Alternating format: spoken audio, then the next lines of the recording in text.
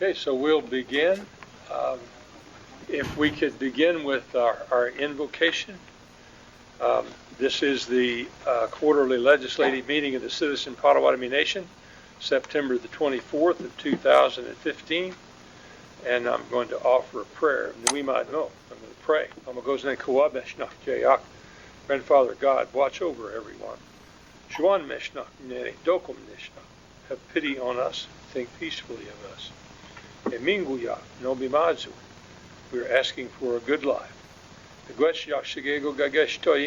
Thank you for everything you have created. Jesus. Thank you for giving us your son, Jesus. Amen. Yeah. If we could have a roll call, please. Chairman Barrett. Koenig or Shoda. Yes. Yeah. Vice Chairman Capps. Shoda. Secretary Treasurer Trousdale. Shoda. Representative Bowden. Shoda. Representative Barrett. Shoda. Representative Bursall. Shoda. Representative Slavin. Shoda. Representative Wesselhoff. Shoda. Representative Kraft. Shoda. Representative Spindlecoffer. Shoda. Representative Eva Marie Carney. Hold on, let me get this thing. There we go.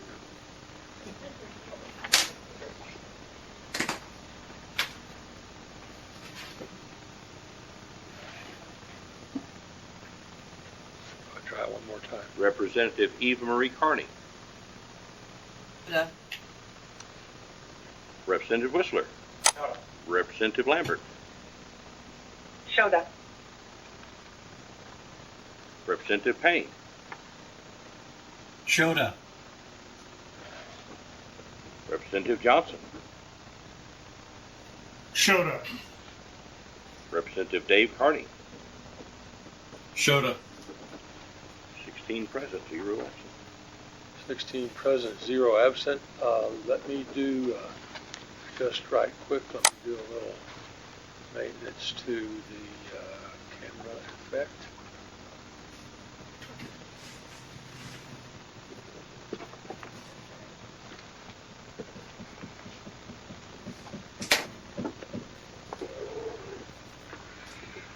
Get everyone?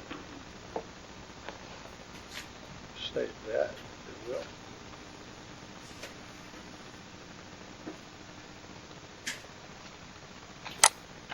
I'll call that reset. There we go. If we could have the minutes of the previous meeting of June the 29th, 2015, please.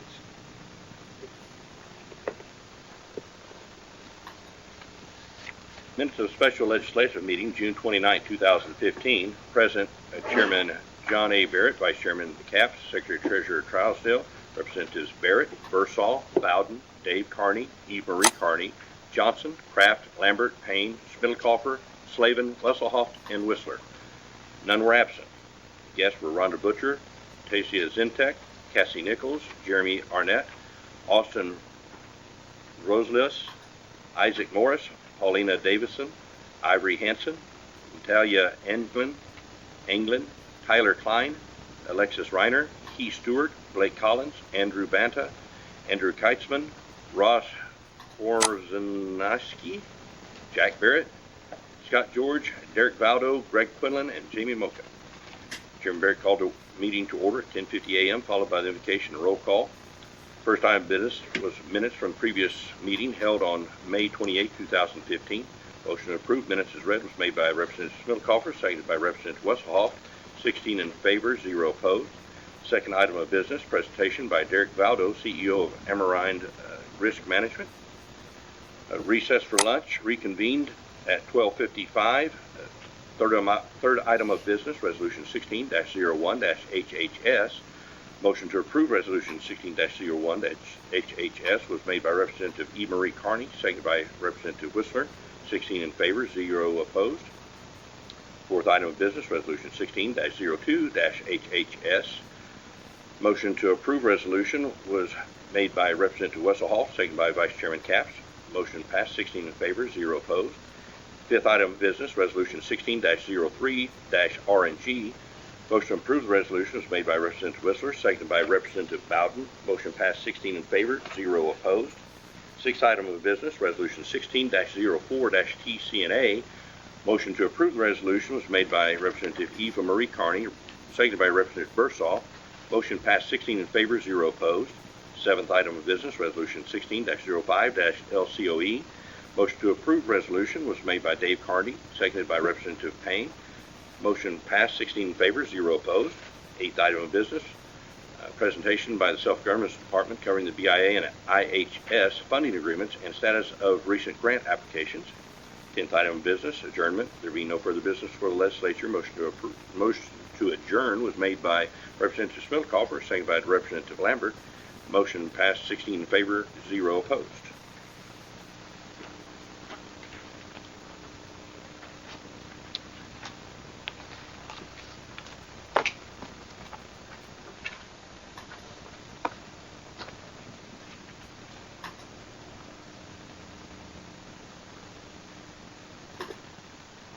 Are there additions, deletions, corrections, or discussion? Chair would entertain a motion to approve the minutes as read. Motion made by Representative Bursall. Is there a second? Seconded by Representative Bowden. Roll call, please. Chairman Barrett. Konigay. Vice Chairman Capps. Konigay. Secretary Treasurer Trousdale. Konigay. Representative Bowden. Konigay. Representative Barrett.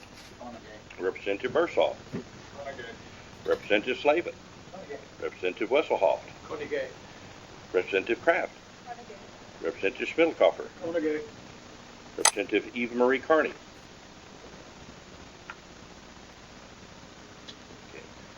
Representative Whistler.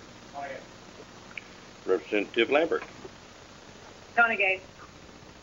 Representative Payne. Konigay. Representative Johnson. Konigay. Representative Dave Carney. Konigay.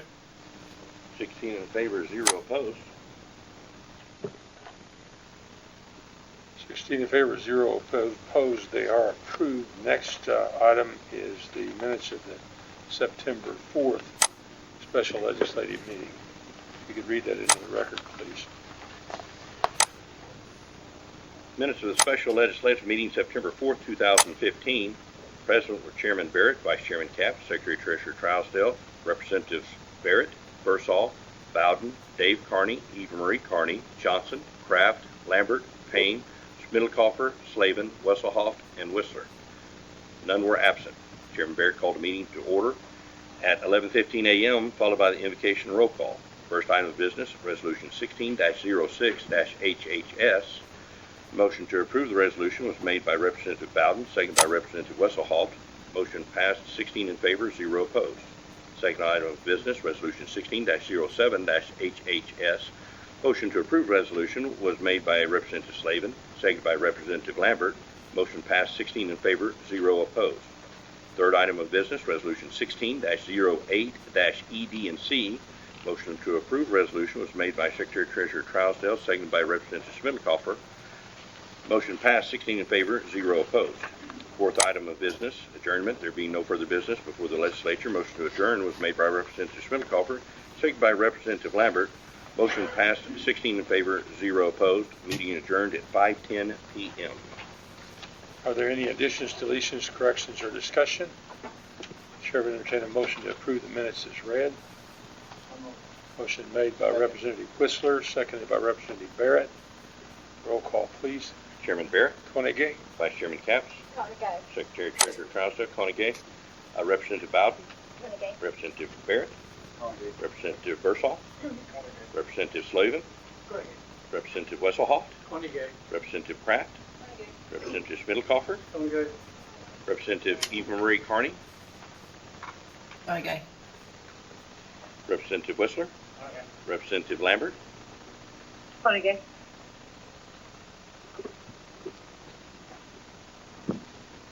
Representative Payne, Konigay. Representative Johnson, Konigay.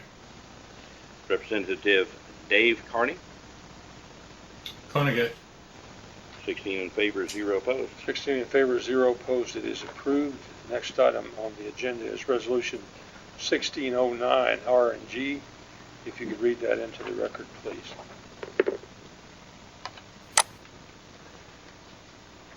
Resolution 16-09-R&G, a resolution approving the rescheduling of the quarterly meeting of the legislature from Thursday, August 27th to Thursday, September 24th, 2015. Whereas the Citizen Potawatomi Nation is a federally recognized tribe of American Indians with constitutional authority under the Act of June 18, 1934, and the Oklahoma Indian Welfare Act of June 26, 1936, and whereas the Citizen Potawatomi Nation has sovereign powers that are inherent in tribal tradition, derived from a history of organized self-government since time immemorial, and recognized by treaties with the United States and in the Constitution of the United States, and whereas Article 4, Section 3 of the Citizen Potawatomi Nation Constitution provides for a separation of powers of the tribal government by the reservation and delegation of specific powers to other entities of the tribal government, and except for these specific limitations, all other general powers of the government are embodied in the legislature's authority to enact legislation, transact business, and otherwise speak and act on behalf of the Citizen Potawatomi Nation in all matters on which the nation is empowered to act now or in the future. And whereas Article 14, Section 1 of the Constitution of the Citizen Potawatomi Nation states that the regular meetings of the legislature shall be held the last Thursday in February, May, August, and November, unless otherwise provided by resolution, and whereas in order to allow sufficient time to review and analyze the proposed budgets for the fiscal year 2016, it is necessary to reschedule the summer quarterly meeting. Now therefore be it resolved by the legislature of the Citizen Potawatomi Nation that a resolution rescheduling the summer quarterly meeting of the legislature from Thursday, August 27th, 2015 to Thursday, September 24th, 2015 is hereby approved. Are there any additions, deletions, corrections, or discussion? Chairman entertain a motion to approve the resolution as read. Motion made by Representative Dave Carney, seconded by Representative Randy Payne. Roll call, please. Chairman Barrett, Koenig, Vice Chairman Capps, Conagay. Secretary Treasurer Trousdale Koenig, Representative Bowden, Conagay. Representative Barrett, Representative Bersall, Representative Slavin, Representative Swesselhoft, Representative Pratt, Conagay. Representative Schmidelkoffer, Representative Eva Marie Carney, Koenig, Representative Whistler, Representative Lambert, Conagay. Representative Payne, Koenig, Representative Johnson, Koenig, Representative Dave Carney. Koenig, 16 in favor, 0 opposed.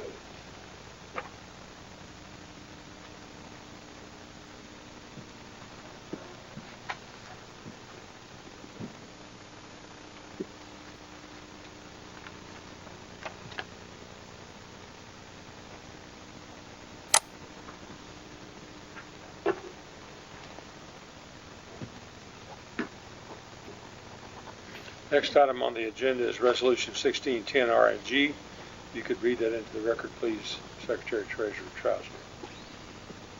Resolution 16-10-R&G, a resolution confirming the appointment of members of the Election Committee and designation of Gary Bourbonnais as the chairman of the committee. First three whereas, the same as read in the previous resolution. The fourth whereas, Chapter 4, Section 1, Article 107 of the Citizen Potawatomi Nation Codes states that subject to confirmation of the legislature, the chairman of the Citizen Potawatomi Nation shall appoint members to the Election Committee and designate the chairman of the Election Committee. And whereas pursuant to Executive Order 16-01, Tribal Chairman John Barrett has appointed the following individuals to serve as the Election Committee of the Citizen Potawatomi Nation for the year 2016. Gary Bourbonnais, Chairman, David Bourbonnais, Carrie Kiefer, Jeannie Affentranger, Julie Floyd. Now therefore be it resolved by the legislature of the Citizen Potawatomi Nation that a resolution confirming the appointment of the members of the Citizen Potawatomi Nation Election Committee and designation of Gary Bourbonnais as Election Committee Chairman is hereby approved. Are there any additions, deletions, corrections, or discussion? Chair would entertain a motion to approve the resolution as read. Motion made by Representative Paul Wesselhoff. Is there a second? Representative Bersall is seconded. Roll call, please. Chairman Barrett, Koenig, Vice Chairman Capps, Conagay. Secretary Treasurer Trousdale Koenig, Representative Bowden, Conagay. Representative Barrett, Representative Bersall, Representative Slavin, Representative Wesselhoft. Representative Kraft. Representative Spindlecoffer. Representative Eva Marie Carney. Honegay. Representative Whistler. Representative Lambert. Honegay. Representative Payne. Konigay. Representative Johnson. Konigay. Representative Dave Carney. Konigay. 16 in favor, 0 opposed. 16 in favor, 0 opposed. It is approved. Next is Resolution 1611, RNG. You could read that into the record, please. Resolution 16-11-RNG, a resolution appointing delegates and alternate delegates to the National Congress of American Indians, NCIA,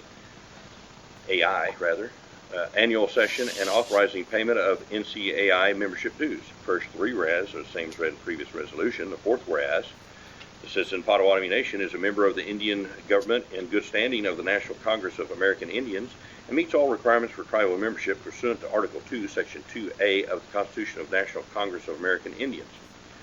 Whereas, based on tribal citizenry, the nation shall have 180 votes according to Article 2, Section 6C of the NCAI Constitution and bylaws.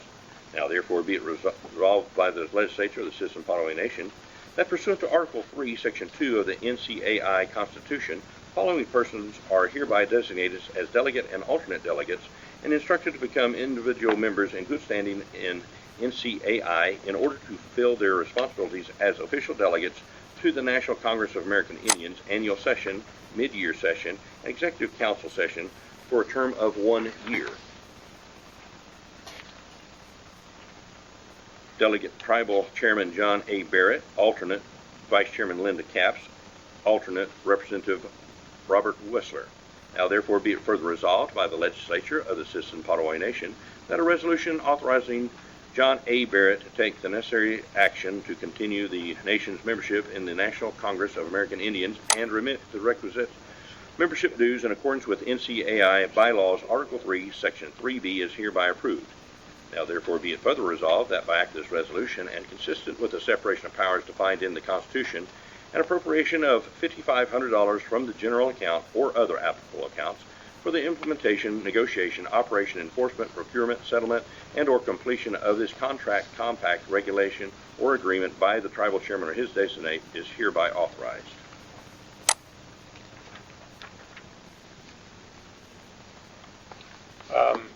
I am assuming that no one else wants to go. Am I correct in that assumption? That lives in Southern California. Yes, Ms. Carney. I do not want to attend the meeting. Whoops, we lost your audio. I'm sorry. One more time. The point that I wanted to make, can you hear me? Yes. Okay.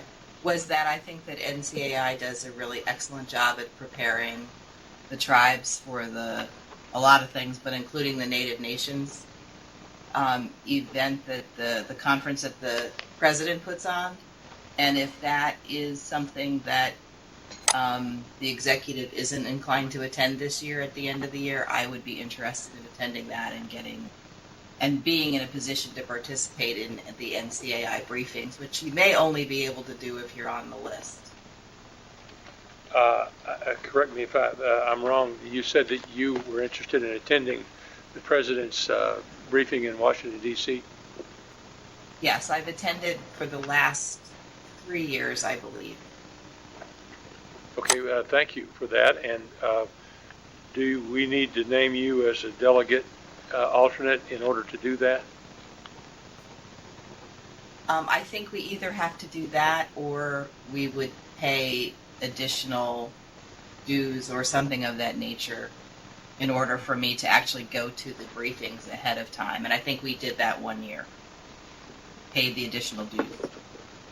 Okay, then I would. Part of NCAI. Right. If we strike Vice Chairman Capps' name and name Eva Marie Carney as an alternate delegate, that would allow her to attend the president's briefing in DC. Can we do that? Chair would entertain a motion to amend the resolution to name Representative Eva Marie Carney as an alternate delegate in place of Vice Chairman Linda Capps. Made the motion. Representative Slavin made the motion. Is there a second? Second. Second by Representative Bowden. Roll call, please. You want a roll call on the amendment and pass the resolution at the same time? Seeing no, yeah, I guess that's the way we should do it.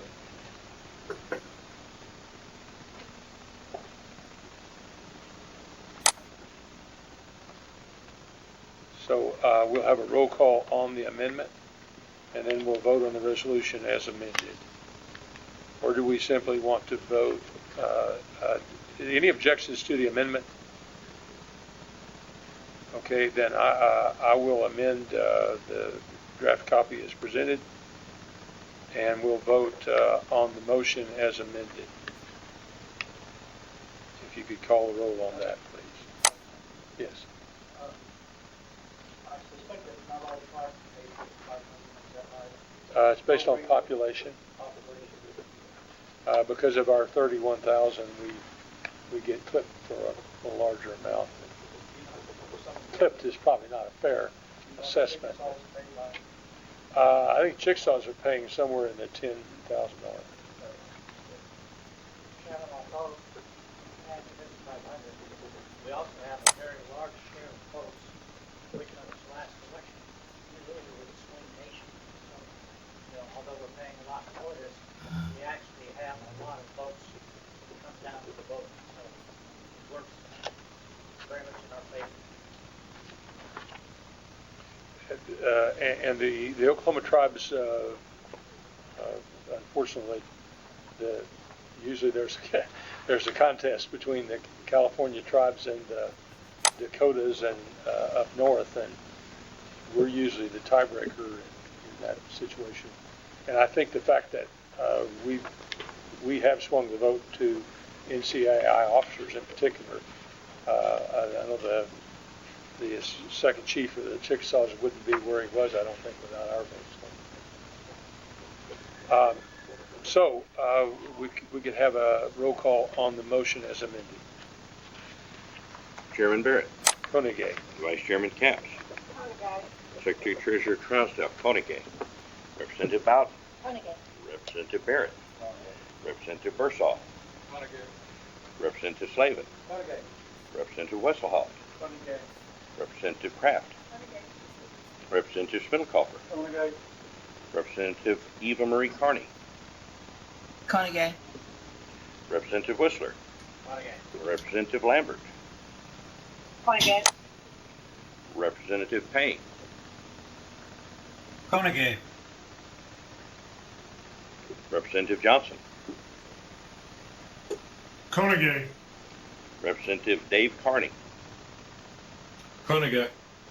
16 in favor, 0 opposed. 16 in favor, 0 opposed. It is approved. Next is resolution 1613 ED and C. I'm sorry, 1612 ED and C, related to the National Indian Gaming Association. Resolution 16-12-ED and C, a resolution approving membership into the National Indian Gaming Association, NIGA, for the Citizen Potawatomi Nation and authorizing payment of membership dues. First three whereas are the same as read in previous resolution. The fourth whereas, the National Indian Gaming Association is a voluntary association of tribal gaming entities representing federally recognized tribal governments involved in gaming enterprises in Indian country whose purpose is to promote a cooperative relationship among the tribes and their representatives. And whereas NIGA also promotes regulatory standards, methods of operations, educational seminars, and the exchange of information and ideas for mutual benefit of all members and acts as a gaming regulatory advisory group. And whereas, as a member of NIGA, the Citizen Potawatomi Nation will receive all publication, meeting notices, and action alerts and discounted registration fees on all meetings and seminars.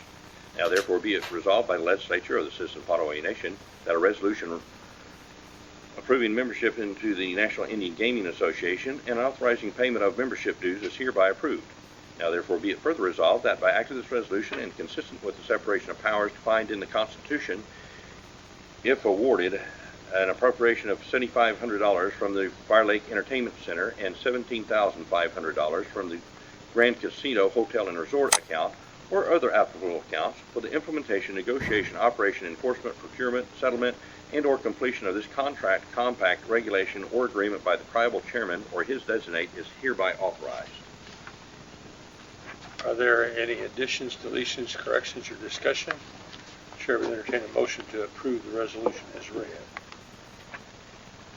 Motion made by Representative Schmidl-Copper, seconded by Representative Payne. Roll call, please. Chairman Barrett. Koenig. Vice Chairman Capps. Koenig. Secretary Treasurer Trousdale. Koenig. Representative Bowden. Koenig. Representative Barrett. Representative Bersall. Representative Slavin. Representative Wesselhoff. Representative Kraft. Representative Schmidl-Copper. Representative Eva Marie Carney. Koenig. Representative Whistler. Representative Lambert. Koenig. Representative Payne. Koenig. Representative Johnson. Koenig. Representative Dave Carney. Koenig. 16 in favor, 0 opposed. 16 in favor, 0 opposed. It is approved. Next is Resolution 1613, EDNC. You could read that into the record, please. Resolution 16-13-ED&C, a resolution authorizing the Citizen Potawatomi Nation's Citizen Potawatomi Community Development Corporation's proposed 2016 CDFI Grant Assistance Program grant application offered through the United States Department of the Treasury CDFI Fund. First three whereas are the same as read in a previous resolution. The fourth whereas, the U.S. Department of Treasury is soliciting grant applications of up to $2 million through the fiscal year 2016 Community Development Financial Institution Fund Financial Assistance Program. Whereas the project period for the proposed CDFI program is 3 years, with a total project of $4 million, of which $2 million or 50% is federal share and $2 million or 50% is tribal leverage. And now therefore be it resolved by the legislature of the Citizen Potawatomi Nation that a resolution supporting and approving the Citizen Potawatomi Nation's Citizen Potawatomi Community Development Corporation's proposed 2016 CDFI Fund FA Core or NACA grant program, that a resolution is hereby approved. Now therefore be it further resolved that by act of this resolution, consistent with the separation of powers defined in the Constitution, if awarded, an appropriation of $2 million from the CPN CDFI 16 or other applicable accounts for the implementation, negotiation, operation, enforcement, procurement, settlement, and or completion of this contract, compact, regulation, or agreement by the tribal chairman or his designate is hereby authorized. Are there additions, deletions, corrections, or discussion? Chair will entertain a motion to approve the resolution as read. Motion by Representative Johnson. Is there a second? Second by Representative Barrett. If we get roll call, please. Chairman Barrett. Koenig. Vice Chairman Capps. Koenig. Secretary Treasurer Trousdale. Koenig. Representative Bowden. Koenig. Representative Barrett. Representative Bersall. Representative Slavin. Representative Wesselhoff. Representative Kraft. Representative Schmidl-Copper. Representative Eva Marie Carney. Koenig. Representative Whistler. Representative Lambert. Koenig. Representative Payne. Koenig. Representative Johnson. Koenig. Representative Dave Carney. Koenig. 16 in favor, 0 opposed. 16 in favor, 0 opposed. It is approved. Next is Resolution 1614 HHS. If you could read that into the record, please. Resolution 16-14-HHS. The resolution is designating Art Muller and Sean Howard as certifying officers for the environmental review process for the Citizen Potawatomi Nation and delegating authority to perform categorically excluded and exempt activities to certified housing authority staff. First three whereas, the same as read in the previous resolution. The fourth whereas, 24 CFR Part 58.2A7 II states the Indian Nation, in this case the Citizen Potawatomi Nation, is the responsible entity whether or not a tribally designated housing entity is authorized to receive grant funds on behalf of the tribe, per 24 CFR Part 58.4A. Responsible entities shall assume responsibilities for environmental reviews, environmental decision-making, and environmental action. And whereas 24 CFR Part 58.10 and 58.12 further state the responsible entity must comply with the provisions of NEAP and 24 CFR Part 58 and develop technical and administrative capacity for the environmental reviews. And whereas per Section 105C of NAHASDA, the Chief Executive Officer of the tribe or other tribal officer formally designated can act on behalf of the tribe in the environmental review process. Pursuant to Executive Order 16-03, Tribal Chairman John A. Barrett has designated Art Muller, Environmental Director, and Sean Howard, Assistant Environmental Director, as certifying officers on behalf of the Citizen Potawatomi Nation in the environmental review process. Whereas the staff of the Citizen Potawatomi Nation Housing Authority have been trained and certified to perform the category exclusions and exempt activities portions of the environmental review process. Now therefore be it resolved by the legislature of the Citizen Potawatomi Nation that a resolution designating Art Muller and Sean Howard as certifying officers for the environmental review process and delegating authority to perform categorically excluded and exempt activities of the environmental review process to certified housing authority staff members is hereby approved. Are there any additions, deletions, corrections, or discussion? Chair would entertain a motion to approve the resolution as read. There's a question from Representative Whistler first. No, question from Representative Eva Marie Carney. Thank you, Chairman. I'm wondering if you have designated these people by executive order, should we be designating them by a tribal resolution? Or are we confirming your action, or what are we doing vis-a-vis what you did? Vice Chairman Capps would like to address that, please.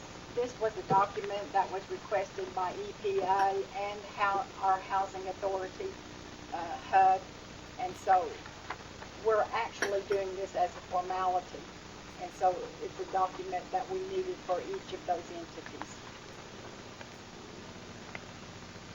To be absolutely truthful, we normally have done this as an executive appointment, and this was a housekeeping matter for EPA. We had some action that needed to be taken, and so we normally make the appointment and it goes through, but this is something new. Thank you. Any other discussion? Chair would entertain a motion to approve the resolution as read. Motion by Representative Whistler. Is there a second? Second by Representative Kraft. If we can have a roll call, please. Chairman Barrett, Koenig. Vice Chairman Capps, Carnegie. Secretary Treasurer Trousdale, Koenig, Representative Bowden, Representative Barrett, Representative Bursall, Representative Slavin, Representative Wesselhoff, Representative Kraft, Representative Smettlecoffer, Representative Eva Marie Carney, Carnegie. Representative Whistler, Representative Lambert, Carnegie. Representative Payne, Carnegie. Representative Johnson, Carnegie. Representative Dave Carney. Carnegie. 16 in favor, 0 opposed. 16 in favor, 0 opposed. It is approved. Next is Resolution 1615 NR. Correct? Yes, Representative Wesselhoff.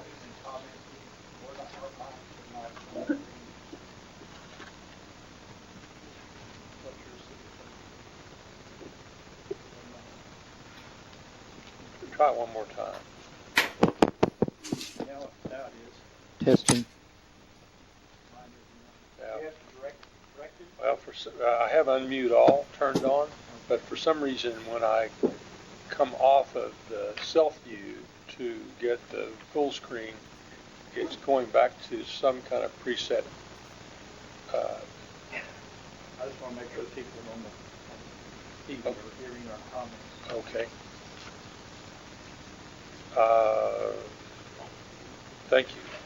We were at resolution 1615 NR, is that correct? Yes. If you could read that into the record, please. Resolution 16-15-NR, a resolution approving proposals for a fiscal year 2016 Indian General Assistance Program Grant and Clean Water Act Section 106 Tribal Water Grant to be funded under a performance partnership grant from the United States Environmental Protection Agency.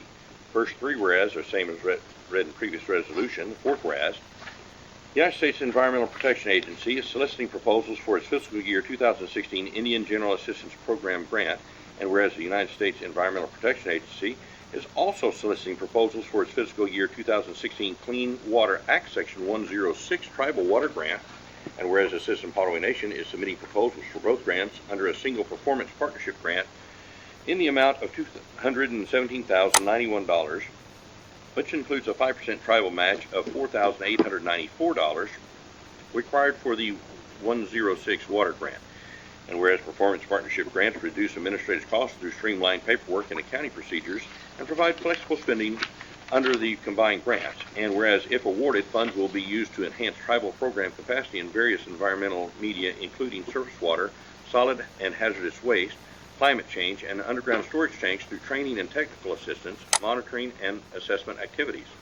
Now therefore be it resolved by the legislature of the Citizen Potawatomi Nation that a resolution approving the nation's proposals combined under a fiscal year 2016 performance partnership grant through the United States Environmental Protection Agency is hereby approved.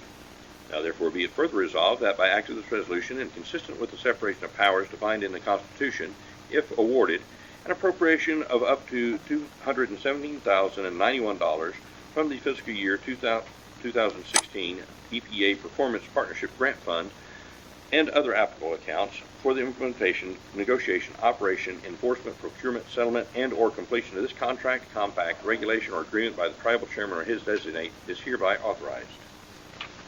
Are there any additions, deletions, corrections, or discussion?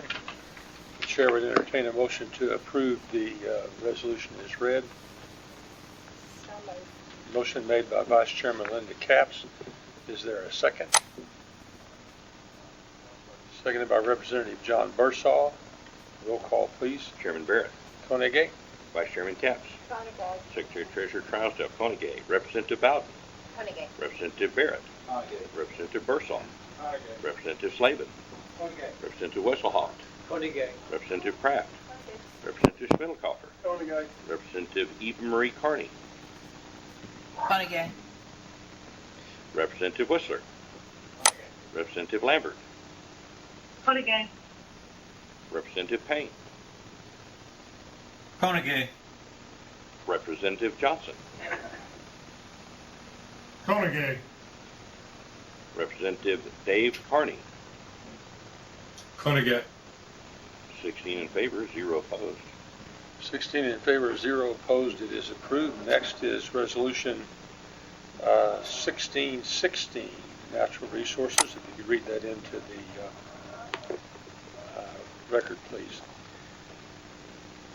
Resolution 16-16-NR, a resolution supporting the addition of new routes as identified in Attachment A to the nation's existing road inventory field data systems and requesting the Bureau of Indian Affairs add these new routes to the nation's road inventory field data system. First three whereas, the same as read in previous resolution. A fourth whereas, the Citizen Potawatomi Nation has existing routes on its road inventory field data system inventory, and whereas new routes including sidewalks and walking paths as itemized in Attachment A have been identified within the nation's jurisdiction and are eligible for inclusion on the nation's road inventory, and whereas the criteria used to select and evaluate these proposed roads, parking lots, sidewalks, and pathways include 1. Connects active centers of population. 2. Contributes to industrial activities. 3. Contributes to economic development. 4. Provides access to jobs. 5, contributes to law and order. 6, removes isolation. 7, provides access to education and cultural activities. 8, provides access to hospital facilities. 9, contributes to accident prevention. And 10, provides emergency services. And whereas all of the proposed routes provide access leading to places of employment, health facilities, educational training, etc., now therefore be it resolved by the legislatures of the System of Potawatomi Nation that a resolution supporting the addition of these new routes as identified in Attachment A, updating the nation's existing roads inventory field data system, and requesting the Bureau of Indian Affairs to add all of the requested new routes to the nation's roads inventory field data system is hereby approved. Are there any additions, deletions, corrections, or discussion? Chair will entertain a motion to approve the resolution as read. Motion made by Representative Spittelkofer, seconded by Representative Eva Marie Carney. Roll call, please. Chairman Barrett. Honegay. Vice Chairman Capps. Konigay. Secretary Treasurer Trousdale. Konigay. Representative Bowden. Honegay. Representative Barrett. Konigay. Representative Bursall. Konigay. Representative Slavin. Konigay. Representative Wesselhoft. Konigay. Representative Kraft. Konigay. Representative Spittelkofer. Konigay. Representative Eve Marie Carney. Honegay.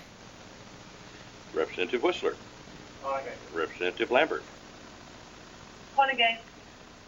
Representative Payne. Konigay. Representative Johnson. Konigay. Representative Dave Carney. Konigay. 16 in favor, 0 opposed. 16 in favor, 0 opposed. It is approved. Next is Resolution 1617, Natural Resources. If you could read that into the record, please. Vice Chairman, Secretary Treasurer Trousdale. Sorry. Resolution 16-17-NR. A resolution supporting the update of the System Potawatomi Nation's Long-Range Transportation Plan and requesting the Bureau of Indian Affairs implement these changes to the nation's Long-Range Transportation Plan. First, whereas, same as read in the previous resolution. The fourth, whereas, the Long-Range Transportation Plan of the System Potawatomi Nation was previously completed and approved by Resolution Section A. Study, background, and purpose of the Long-Range Transportation Plan has been modified to include the Rossville Elder Housing Complex as part of the plan, Attachment 1, and whereas Attachment 2 identifies new routes within the Elder Housing Complex located in Rossville, Shawnee County, Kansas, former reservation area, that are eligible for inclusion on the nation's Bureau of Indian Affairs Tribal Transportation Program inventory, and whereas the criteria used to select and evaluate proposed routes include 1. Connect active centers of population, 2. Contribute to industrial activities, 3. Contribute to economic development, 4. Provide access to jobs, 5. Contribute to law and order, 6. Remove isolation, 7. Provide access to education and cultural activities, 8. Provide access to medical facilities, 9. Contribute to accident prevention, and 10. Provide emergency services.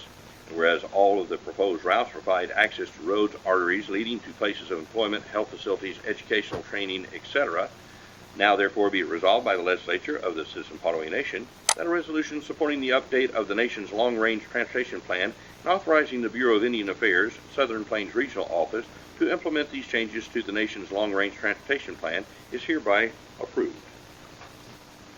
Are there any additions, deletions, corrections, or discussion?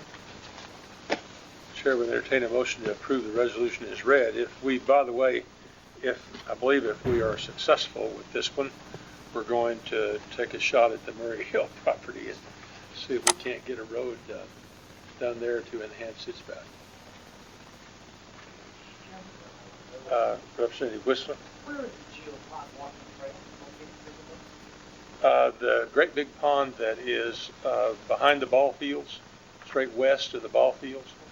That dam around the top is about 25, 30 feet wide. We're going to put a biking and walking trail around it that will connect with the sidewalks that we're building from the Canadian River Bridge to the crossing to the casino from the north parking lot, north of Hardesty. This has nothing to do with that. I noticed when you go by there today, what are the fountains? What am I seeing there? We have 3 new fountains in the geopond, and the reason for those is because the water wasn't circulating I know enough. that. But they are just absolutely beautiful. Yes. So all of these tribal members and all of the employees who are always saying, where is that geothermal pond? They now can see it very easily. Very good. And by the way, the fishing should improve because of the aeration of the water. I bet, yeah. And the fishing is pretty good over there, by the way. I saw someone else over there catch a great big one. I'm amazed. Where was they stocked? Out of the river. We pumped water from the river into it, and Whatever comes. whatever came through the pipe is what's in there now. Guards and everything. No, we also stocked Bill Everett's department. Did he? I didn't know Yes, that. they got quite a few fish in stock. They have bass and catfish, and I think those are the main two. But there's several I saw a others. big bass caught out of there. I mean, 3 pounds or something. It was nice fish. Chairman, is can tribal members fish it up without having license? Just a permit for the tribal chairman is all it takes. Yeah, that could be cheap, or it could be real expensive. No, actually, we haven't authorized fishing yet. We ledged that so that if you did fall off in that gumbo, and it is so slick that if you go down that bank, you're going to have a lot of trouble getting out. But we put about a 20-foot ledge that's only about 4 feet deep, between 3 and 4 feet deep, out about, no, in fact, except for one place where that two dock poles are, that ledge extends out. Now, where the dock poles are, there is no ledge. But our concern was whether or not we should put a rope or some kind of a chain or something that where we make an effort to keep people from pushing their baby carriage in there or something. Well, why I asked that, 4, 5, 6 months ago, whatever, the state authorized some of the eastern tribes that they can fish, Are we under that guideline, or do we have that original treaty that we could let? That pond's not in Oklahoma. Oh, the one that they, That geothermal pond isn't Oh, in the okay, state. okay. It's, so we control what we want to do, just Yeah, like you said, you can permit. we don't have a fish and game ordinance, which now that we're noodling out of Squirrel Creek and about 30 pounders and fishing in the pond, we probably should pass some statutes, particularly, we've had this issue of we desperately need to harvest some deer on our land along the river, but we can't authorize an open season because it'd sound like a Vietnam firefight. If we authorized everyone to hunt that little 2 miles. So we're probably going to have the game ranger recommend that we have a drawing, and we have turkey and we have deer and quite a few other things that we have some issues about. We'll make sure that we don't hunt land that's held in trust by individuals without their permission, because that is one of the heirs have the right to regulate hunting and fishing on their land. Those lands where we have majority control of the ownership, then we can regulate those. May I ask a question? We do have a new game warden, and that is Eric Reed. He was a former policeman, and that came about from a grant that we received, one of the proposals that we voted on a year ago or so. And so now we have a full-time game warden. Is David not the game warden? David Bourbonnais used to be acting that capacity, but really and truly he's so busy at housing and with Charles Malloy's department that he really didn't have time for that. We ought to pass a resolution of gratitude. He did a great job for us as the game warden and worked real hard at it. We'll do that next meeting. Yes. I would imagine it's washed pretty badly.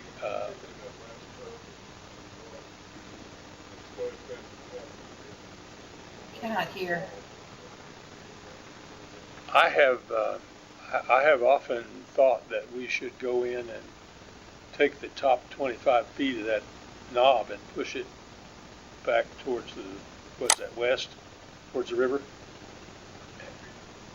Or to the north and level that top out. I think it would make the property sell a lot better.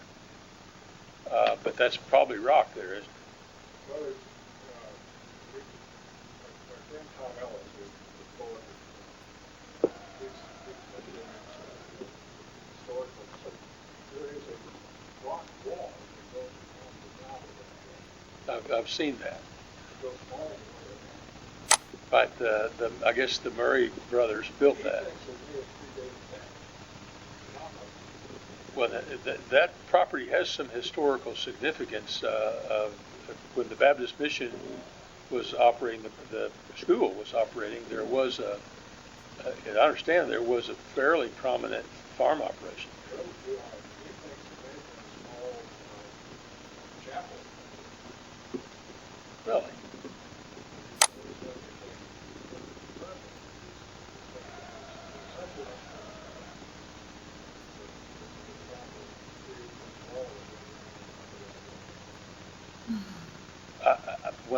When I walked the wall the last time, I noticed that it had been, cement had been used though, in a couple of spots where there were drains, and I wasn't sure if the Murrays maintained that or.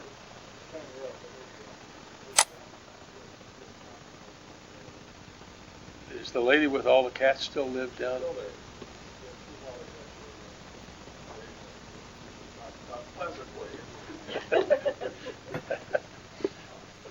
She's waved at me before. Representative Wesselhoff. Yes, these lands with the deer and turkey that you're talking about, are there also feral hogs in that area? You know, surprisingly, my understanding is that we had hogs on what used to be the potato patch over on the north side of the railroad tracks. I understand we had hogs there, but to my knowledge, I don't think we've had hogs anywhere else. Have we? Yes, we have had hogs in South Park County, and they are moving this way. I think Lisa even has, Lisa, do y'all have hogs on your property? They are moving up in this area. A lot of people have been talking about feral hogs. Well, you can authorize me, I've got a 50 caliber pistol. Authorize me and I'll get rid of them for you. So let me know. I'm a shooter. Okay. Has there been any consideration of ever opening this door? That you're talking about excess of deer? That'd probably be the safest season for us to have. A lot of guns in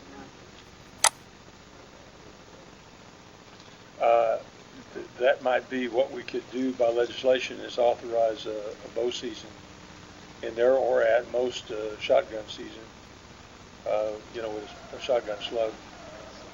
That's a great idea. Good idea.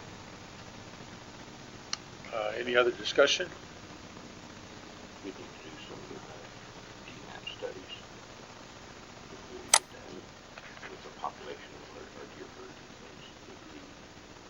Working with the duck. Right, he'd have to authorize it being excessive animals. The other thing we'd have to do is do a de-annexation from the city, because the city would probably go to the state and say we were shooting in city limits, even though we are contesting that issue anyway. But we probably should wait on the 2016 municipal elections before we use firearms, but I think we could bow hunt without any I trouble. think that'd be a great thing. It's much safer than guns, especially 50 caliber. I don't know how to do it. Chairman, entertain a motion to approve the resolution as read. So moved. Motion made by Representative Bowden, seconded by Representative Wesselhoff. Roll call, please. Chairman Barrett, Koenig, Vice Chairman Capps, Koenig, Secretary Treasurer Trousdale, Koenig, Representative Bowden, Koenig. Representative Barrett, Koenig. Representative Bursall, Koenig. Representative Slavin. Colgate. Representative Wesselhoff. Colgate. Representative Kraft. Representative Schmidelkoffer. Colgate. Representative Eva Marie Carney. Honegay. Representative Whistler. Representative Lambert. Honegay. Representative Payne. Konigay. Representative Johnson. Konigay. Representative Dave Carney. Konigay. 16 in favor, 0 16 opposed. in favor, 0 opposed. It is approved. Next is Resolution 618, Education. If you could read that into the record, please. Resolution 16-18-ED, a resolution pursuant to Public Law 102-477 regarding consolidation of employment, training, and educational services. First, whereas 3 whereas are the same as read in the previous resolution. The fourth whereas, Citizen Potawatomi Nation administers Department of Health and Human Services Child Care Development Block Grant and Community Services Block Grant, Bureau of Indian Affairs, Adult Vocational Training, Employment Assistance, Higher Education, Adult Education, General Assistance, and Johnson O'Malley programs, as well as the Department of Labor Workforce Investment Act. And whereas Congress has enacted Public Law 102-477, which allows tribes to voluntarily consolidate various employment training and related programs, and whereas Public Law 102-477 permits the consolidation of funding received for these programs and allows greater flexibility in the development, coordination, and operation of said programs. And whereas funding for the 477 program is formula-driven and appropriated annually by the federal agencies, DOL, BIA, and DHHS, and is estimated based on fiscal year 2014 actual funding to be approximately $3,700,000. Now, therefore, be it resolved by the legislature of the Citizen Potawatomi Nation that a resolution consolidating these employment and training and related programs and authorizing them to be administered in accordance with the nation's 102-477 plan is hereby approved. Now, therefore, be it further resolved that by act of this resolution and consistent with the separation of powers defined in the Constitution, if awarded, an appropriation of up to $3,700,000 from the 477 account or other applicable accounts for the implementation, negotiation, operation, enforcement, procurement, settlement, and or completion of this contract, compact, regulation, or agreement by the tribal chairman or his designate is hereby authorized. That is a 3-year grant amount. Any discussion, additions, corrections, deletions? Representative Bursaw?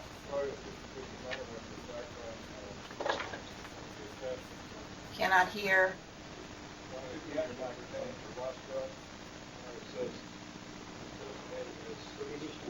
Pull your mic to you just a little bit.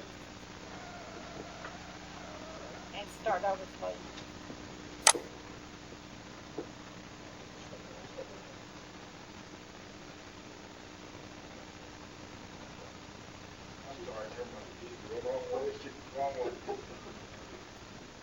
Is there additional, okay, Chair would entertain a motion to approve the resolution as read. Motion made by Representative Marie Carney, seconded by Representative Kraft.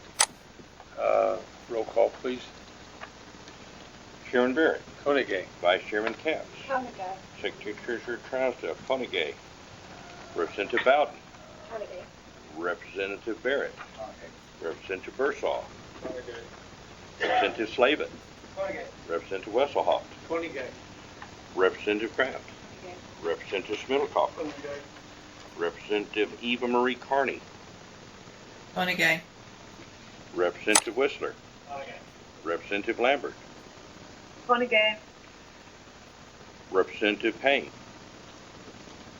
Konigay. Representative Johnson. Konigay. Representative Dave Carney.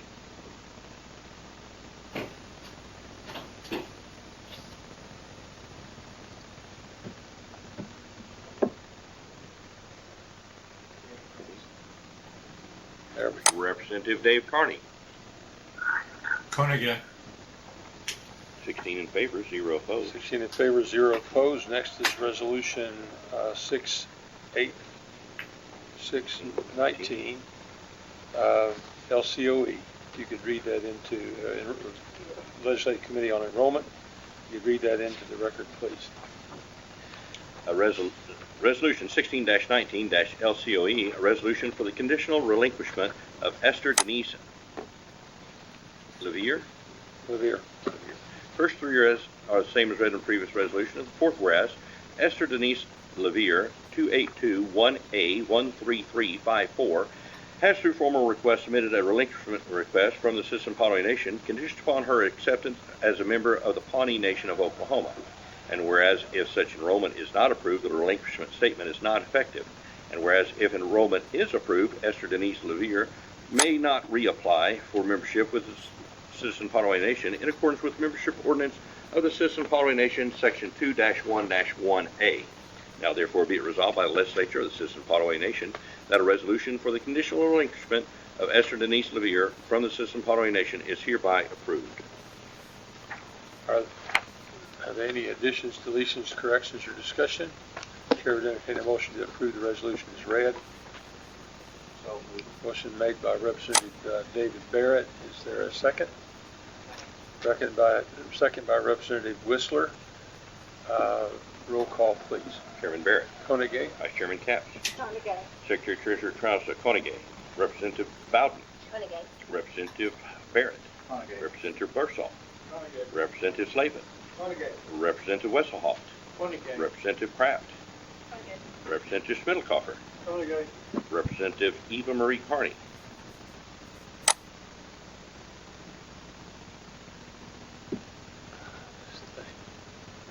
Representative Eva Marie Carney. Honegay. Representative Whistler. Honegay. Representative Lambert. Honegay. Representative Payne. Koenig. Representative Johnson. Koenig. Representative Dave Carney. Koenig. 16 in favor, 0 opposed. In favor, 0 opposed. Next is Resolution 1620, LCOE. You could read that into the record, please. Resolution 16-20-LCOE, a resolution for the conditional relinquishment of Talitha Denine Levere. First three whereas are the same as read in the previous resolution. The fourth whereas, Talitha Denine Levere, 89RD113578, has through formal request submitted for a relinquishment from the Citizen Pawnee Nation, conditioned upon her acceptance as a member of the Pawnee Nation of Oklahoma. And whereas if such enrollment is not approved, the relinquishment statement is not effective. And whereas if enrollment is approved, Talitha Denine Levere may not reapply for membership with the Citizen Pawnee Nation in accordance with the membership ordinance of the Citizen Pawnee Nation, Section 2-1-1A. Now therefore be it resolved by the legislature of the Citizen Pawnee Nation that a resolution for the conditional relinquishment of Talitha Denine Levere from the Citizen Pawnee Nation is hereby approved. Are there any additions, deletions, corrections, or discussion? Chair would entertain a motion to approve the resolution as read. Motion made by Representative Payne. Is there a second? By Representative Dave Carney. Roll call, please. Chairman Barrett. Koenig. Vice Chairman Capps. Koenig. Secretary Treasurer Trousdale. Koenig. Representative Bowden. Koenig. Representative Barrett. Honegay. Representative Bursall. Honegay. Representative Slavin. Honegay. Representative Wesselhoff. Honegay. Representative Kraft. Koenig. Representative Schmidlkoffer. Honegay. Representative Eva Marie Carney. Honegay. Representative Whistler. Representative Lambert. Honegay. Representative Payne. Koenig. Representative Johnson. Koenig. Representative Dave Carney. Koenig. 16 in favor, 0 opposed. 16 in favor, 0 opposed. It is approved. Next is Resolution 1621 on the Legislative Committee for Enrollment. If you could read that into the record, please. Resolution 16-21-LCOE, a resolution for the conditional relinquishment of Nicholas Casimir Michaels.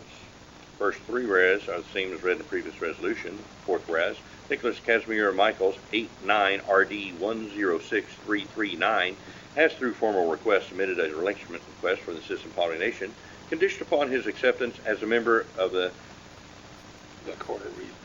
Corderillo Band of Wisconsin. And whereas if such enrollment is not approved, the relinquishment statement is not effective, and whereas if enrollment is approved, Nicholas Casimir Michael may not reapply for membership with the Citizen Pollination in accordance with the membership ordinance of the Citizen Pollination, Section 2-1-1A.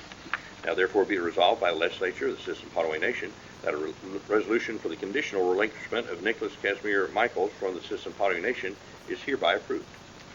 Are there any additions, deletions, corrections, or discussion? Chair would entertain a motion to approve the resolution as read. So moved. Motion made by Vice Chairman Capps. Is there a second? Second. Second by Representative Bowden. Roll call, please. Chairman Barrett, Koenig, Vice Chairman Capps, Koenig. Secretary Treasurer Trousdale, Koenig, Representative Bowden, Koenig. Representative Barrett, Carnegie. Representative Bursall, Representative Slavin, Koenig. Representative Wesselhoff, Koenig. Representative Kraft, Representative Spindlekofer, Koenig. Representative Eva Marie Carney, Koenig. Representative Whistler, Representative Lambert, Honegay, Representative Payne, Koenig. Representative Johnson, Representative Dave Carney, Koenig. 16 in favor, 0 opposed. 16 in favor, 0 is 16 in favor, 0 opposed. It is approved. Next is Resolution 1622, the Legislative Committee on Enrollment. If you could read that into the record, please. Resolution 16-22-LCOE, a resolution for the conditional relinquishment of Robert Anthony Wamigo. First three whereas are the same as read in previous resolution. Fourth whereas, Rebecca Renee Wamigo, 282-1A-09368, has through formal request submitted a conditional relinquishment for her son, Robert Anthony Wamigo, 282-1A-13286, a minor, from the Citizen Potawatomi Nation, conditioned upon his acceptance as a member of the Osage Nation of Oklahoma. And whereas if such enrollment is not approved, the relinquishment statement is not effective. And whereas if enrollment is approved, Robert Anthony Wamigo may reapply for the membership with the Citizen Potawatomi Nation after he has reached the age of 18, in accordance with the membership ordinance of the Citizen Potawatomi Nation, Section 2-1-1B. Now therefore be it resolved by the legislature of the Citizen Potawatomi Nation that a resolution for the conditional relinquishment of Robert Anthony Wamigo from the Citizen Potawatomi Nation is hereby approved. Are there any additions, deletions, corrections, or discussion? Chairman, Yes. Representative Barrett. I don't have a problem with this transaction except for, I passed it out in committee. Since it doesn't have a notary and it's the two signatures are witnessing each other, but that's, what is our clarification on having two witnesses? Does it have to be two witnesses different, or one can sign off on the other? That's just a clarification. I know that this was probably legit and qualified. The ordinance says or. It's two witnesses or notarized. Okay, but that's why I'm challenging, not challenging, but clarifying, is it have to be two separate witnesses than the two parties involved? So if we was in a contract, can we sign off as being two witnesses on our own contract? The ordinance says witnessed by two adults, and so the parent or legal guardian has to sign yes. Yes, it does.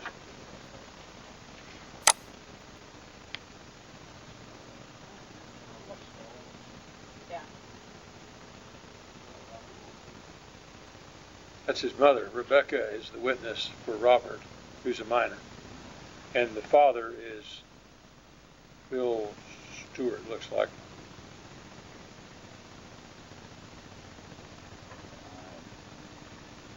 Of course, the question that I would have is, Robert Anthony Wamego could not enroll with the Osage Nation unless Rebecca Renee Wamego was an enrolled Osage. which would make her dual enrolled. Unless the father is probably enrolled. I do have a question. I don't know if he is. All I can tell you is that when I asked for something from the Osage Nation, I never get anything back. We can't hear. They just don't want this information on the board. Could you ask for assistance from Dr. Shaw?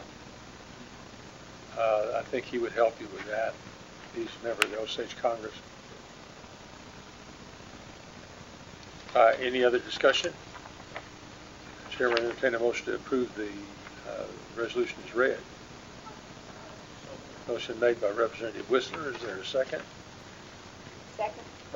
A second by Vice Chairman Linda Capps. Roll call, please.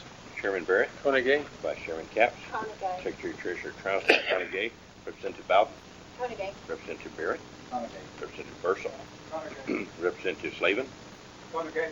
Representative Wesselhoff, Konigay. Representative Kraft, Representative Spindkoffer, Konigay. Representative Eva Marie Carney, Konigay. Representative Whistler, Representative Lambert, Representative Hayne,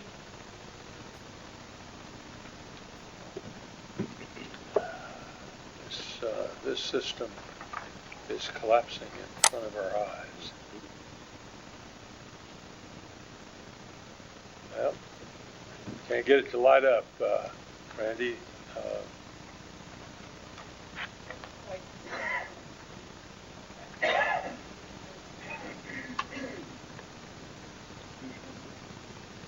One more time. He voted yes. Let's see if it'll switch to Mark.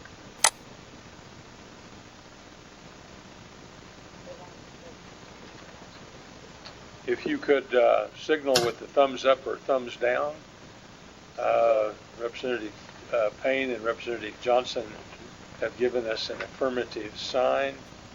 Next, if we can get, it's not going to switch to Representative Dave Carney either. Representative Carney, if you could give us the thumbs up. All right, we are 16 in favor, 16 0 in opposed. favor, 0 opposed. We are there. Next is next is Resolution 1623, Legislative Committee on Enrollment. If you could read that into the record, please. Resolution 16-23-LCOE, a resolution of enrollment into the membership of the Citizen Potawatomi Nation. First three whereas are the same as read in the previous resolution. The fourth whereas, following people have requested enrollment in the tribe and meet the requirements for membership as set forth in Article 3 of the Constitution of the Citizen Potawatomi Nation.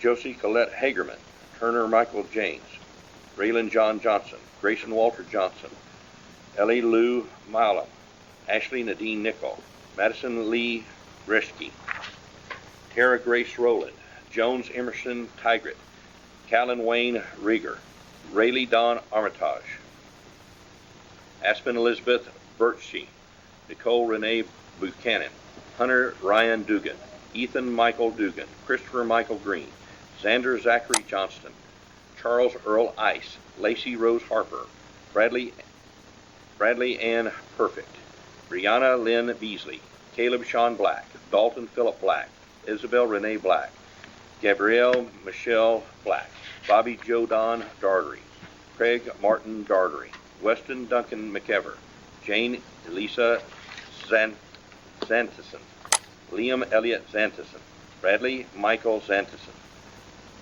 Jasek Thatcher Billingsley, Logan Dash Estrada, Danielle Summer Hatler, Skyland Michelle Hatler, Lindley Louise Lackey, Elliot Claire Lockstone, Cadence Rose Muma, Michael Anthony Sale, Addison Ray Turner, Beckham James Turner, Eli John Fox, Tyler William Gibson, Kyle Lucas Gilbert, Cody Easton Isabella, Christian Lake Pendergraft, Cassandra Elaine Rollins, Jessica Renee Kramer, Adeline Hannah Stock, Drew Carter Taffy, Ashton Lee Talley, Gabrielle Lee Bradshaw,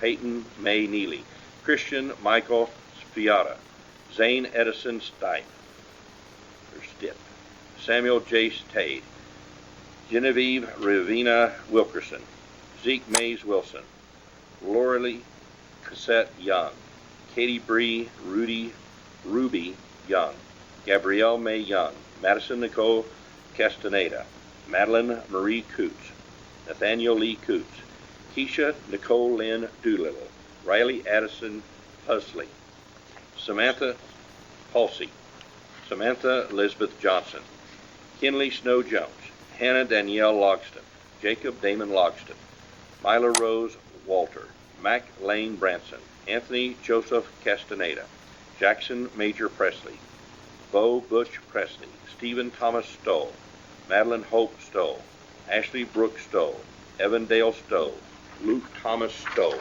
Susan Ann Weaver, Heidi Jane Barrett, Leighton Ann Bloxam, Braisley Lynn Bloxam, Donald Jesse Downey, Vincent Valentine Isnaic Hernandez, Tommy Case Kenyon, Andrew Dan Martin, Cheryl Ann Miller, Charles Clayton Peavy, James Mickey Peavy, Chelsea Marie Beck, Daniel Wayne Bentley, Gideon Wade Cox, Isabel Rose Hoover, Breland Joan Vandiver, Madeline Carol Vandiver, Mackenzie Lee Wisham, Liam Robert Wisham, Caleb Anderson Zarbach, Althea Jane Zimmer, Hunton Nolan Zimmer, Jamie Michael Chandler, Rebecca Grace Chandler, Cade Michael Chandler, Wyatt Don Drew, Mia Rianne Phillips, Savannah Grace Tabor, Justin Case Van Bieber, Emberlyn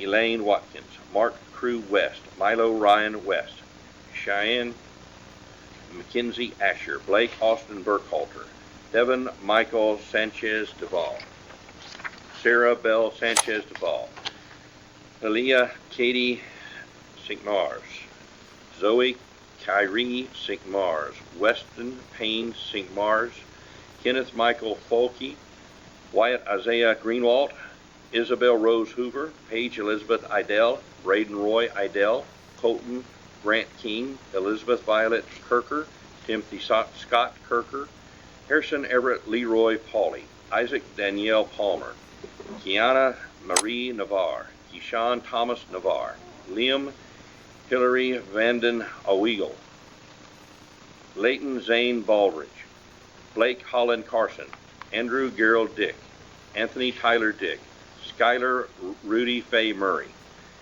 Harley Renee Wamigo King, Michael Lee Wamigo King, Angel Ray Wamigo King, Anthony Tristan Stribling, Shock Tegan Tyler, Drake Jackson Lone Chief Adair, Rutledge Wayne Beatty, Arrow Sophia Cooper, Hannah Joanne Cottrell, Amelia Rose Clopey, Kaylin Avery Marulis, Mackenzie Taylor Coupon, Joseph Michael Nagonquit, Rhea K. Tarble, Emily Blair Marie Zintek, Malachi Jerome Faulkner, Carly Caroline Godinez, Kyler Creed Godinez, Dalton Christopher Hatfield, Barbara Ann Johnson, Leslie Ann Masteller, Riley Joe Mishkler, Brock Aaron Nolan, Savannah Lee Swanson, Scarlett Ann Swanson, Brady Joseph Infeld Dow, Lily Marie Eilers,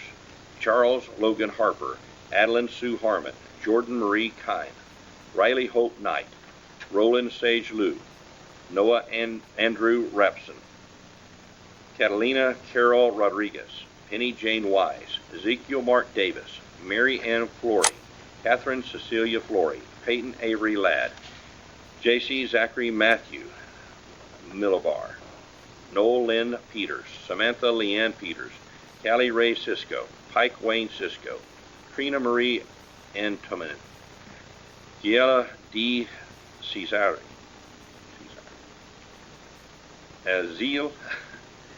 Azili Lenane Edgel, Jason Thomas Galindo, Jacob Thomas Galindo, Rhett Tyler Holick, Clem Warren McPherson, Michaela Lene Morris, Isadora Maxine Perry, Jonathan Anthony Simon, Ethan Dallas Barksdale, Jenna Page Barksdale, Mark Summers Corson III, Michael Blake Corson, Jesse Silas Corson, Alyssa Ann Corson, Owen Weisler Cullen, Cora Faith Cullen, Logan Oliver Cullen, Cindy K. Nooner, Taylor Renee Brown, Miski Yehola Che Cornelius, Daxton Bryant Llewellyn, Brinley Rochelle Smith, Nathaniel David Morales, Jody Marie Johnson, Zachary Robert Johnson, Nicholas Andrews Johnson, Brendan Thomas Roberts, Paul Michael Schwarb, Stephan Atalaska Holloway, Kylie June Meredith, Bo Williams Reed Rogers,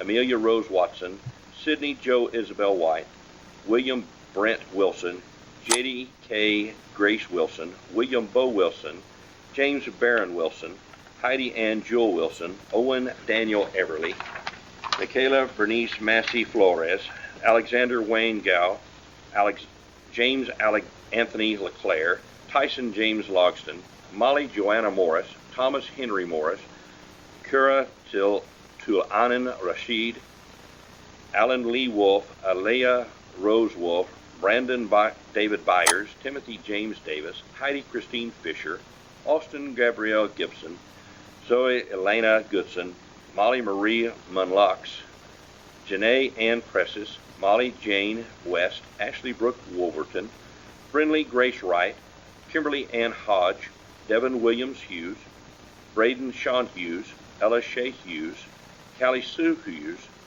Allison Margaret Jurgensen, Hannah Rose Jurgensen, Braden Andrew Lewis, Jimmy Clayton Spears, Cannon Drew Stockton, Michael Wayne Hillhouse, Bentley Lynn Russ, Caitlin Noel Majewski, Peyton Noel Majewski, Sequoia Lee Martin, Aaliyah Lever Nicole Ornelas, Anthony Michael Ornelas Jr., Cooper Isaiah Stevens, Gabriella Sophia Stevens, Lauren Nicole Torcato, Remedy Brian Wheelwright, Riley Calvin Creekpum, Jesslyn Leanne Creekpum, Thatcher James Horick, Tucker John Horick, Tori Benjamin Horick, Tyson Charles Horick, Bobby Joe Maldonado, Kiana Nicole Castro, Kyle Anthony Castro, Braxton Riley McCaleb, Michael Bishop, Allison Ruth Dartery,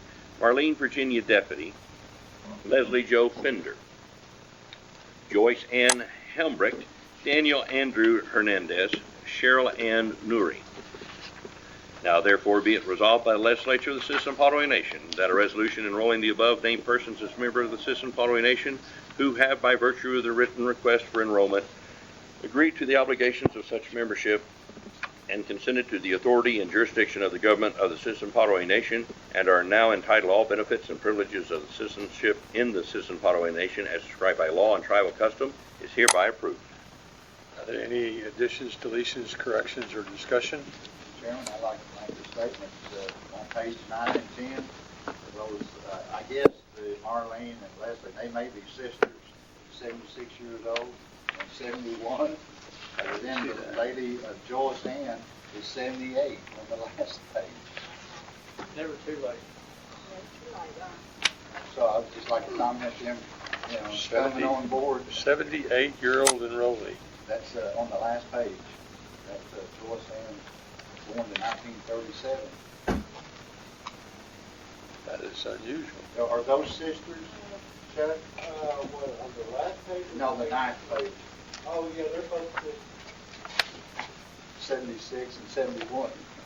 yeah, and their brother, which is, I made that note there, so you guys would know that, Marvin, her brother, enrolled back in 1995. I don't know why she's still going, but better late than never, I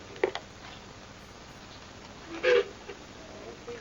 Let's say, so it says Nellie Lee Cooper is the grandmother? Roseanne Dean, CP 1317. We haven't made an enrollment where the immediate relative was an allotment number in some time, have we? There's still no competition for George Hamilton. No.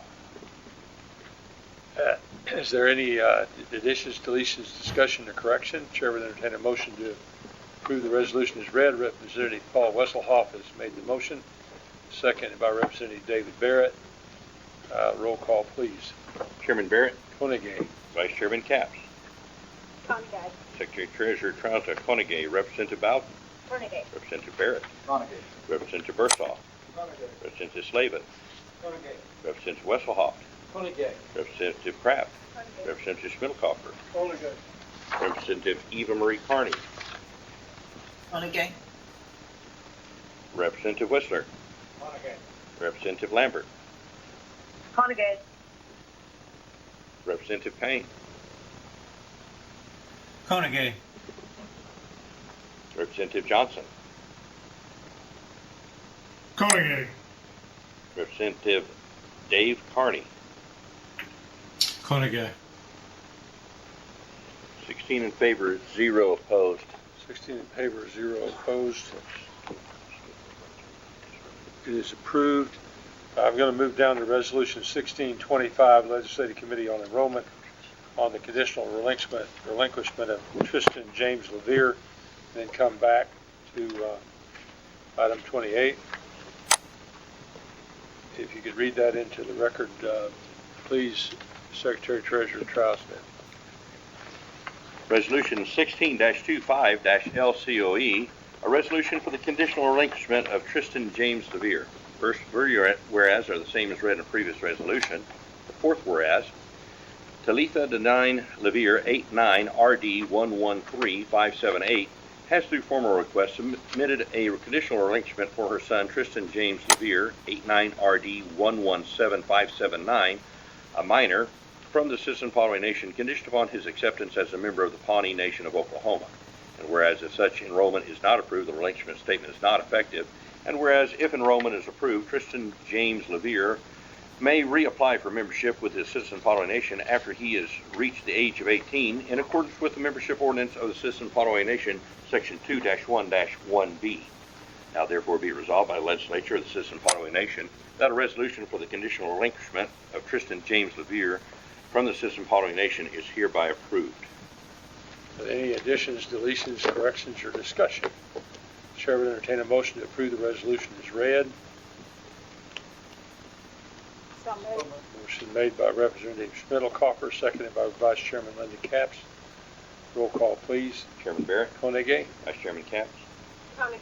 Secretary Treasurer Trousdale, Koenig, Representative Bowden, Horniday. Representative Barrett, Donaghy. Representative Bursall, Representative Slavin, Representative Wesselhoff, Representative Kraft, Representative Schmittlehofer, Representative Eva Marie Carney,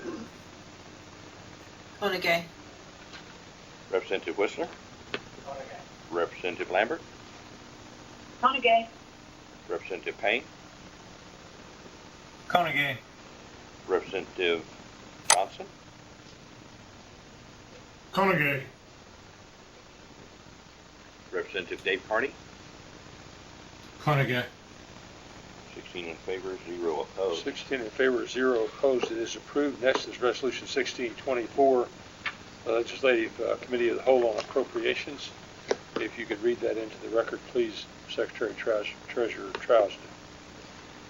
Resolution 16-24-APP, a resolution approving the Citizen Pawnee Nation's budgets for fiscal year 2016. First three whereas are the same as read in the previous resolution. The fourth whereas, the legislature has been provided budget binders and/or discs containing every program budget funded by the Department of the Interior Bureau of Indian Affairs fiscal year 2016 annual funding agreement, including Department of Labor, Public Law 102-477, and Department of Health and Human Services Child Care Funds, indirect costs, Department of Health and Human Services Indian Health Service fiscal year 2016 annual funding agreement, federal grants and contracts, and tribal programs.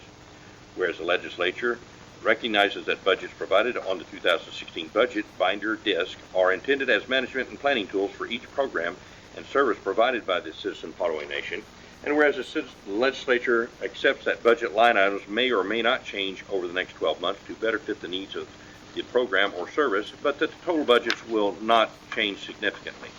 Now therefore be it resolved by the legislature of the Citizen Pawnee Nation that a resolution approving the Citizen Potawatomi Nation budget for fiscal year 2016 as presented is hereby approved. Now therefore be it further resolved that by act of this resolution and consistent with the separation of powers defined in the Constitution, an appropriation of $364,602,190 from the Department of Interior Bureau of Indian Affairs fiscal year 2016 annual funding agreement, including Department of Labor Public Law 102-477 and Department of Health and Human Services Child Care Funds, indirect costs, Department of Health and Human Services Indian Health Service fiscal year 2016 annual funding agreement, federal grants and contracts, tribal programs and enterprise funds for the implementation, negotiation, operation, enforcement, procurement, settlement, and or completion of this contract, compact, regulation, or agreement by the tribal chairman or his designate is hereby authorized. Are there any additions, deletions, corrections, or discussion? Representative Whistler. I have a number of questions on the budget. I have a whole list and maybe questions that have been submitted to me by the legislators, and maybe some of these explanations will cover your questions. Okay. So I'll just read these. I'll try to go through them as quickly as possible. There's been questions on all of these. Number one, Fire Lake Discount Foods.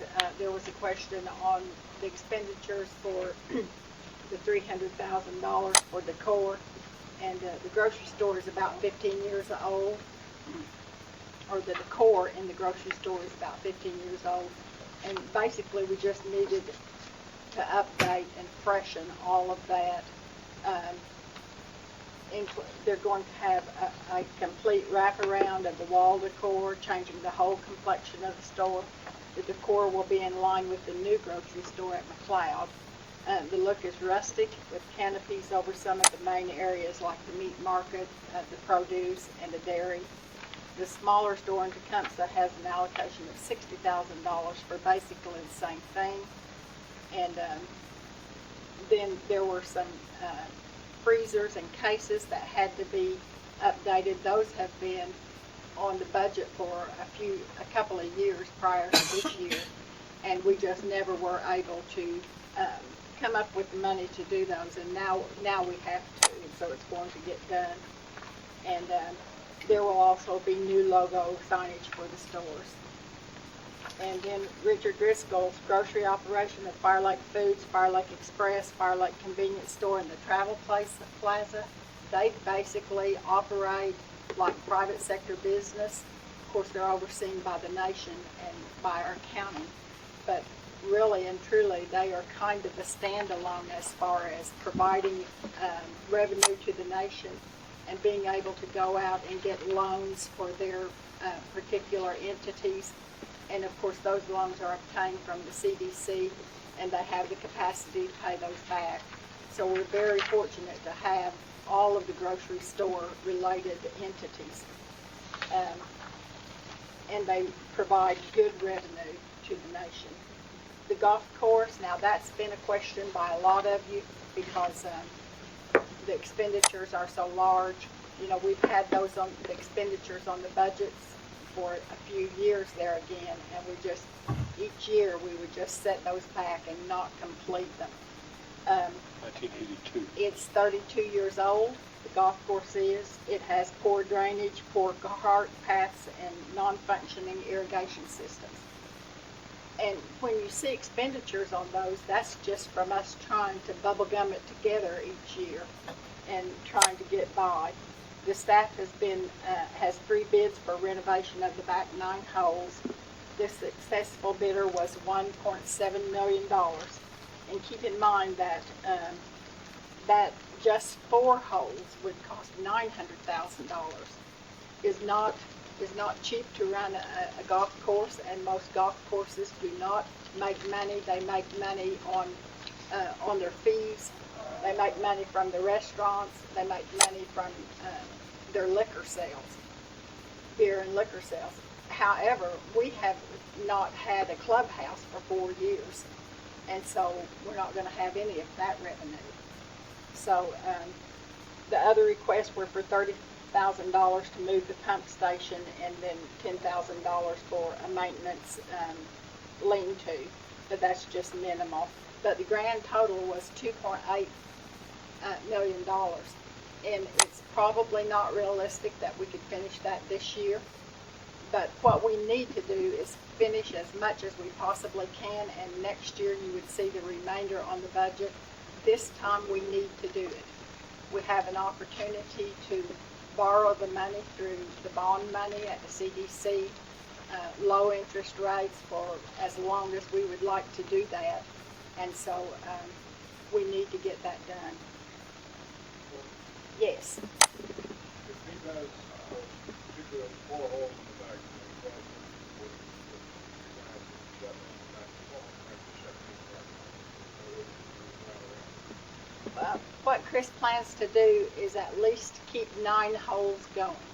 If we, when we're doing the front 9, then we would have the second 9 to play on, and vice versa. We have to move number 7 bridge.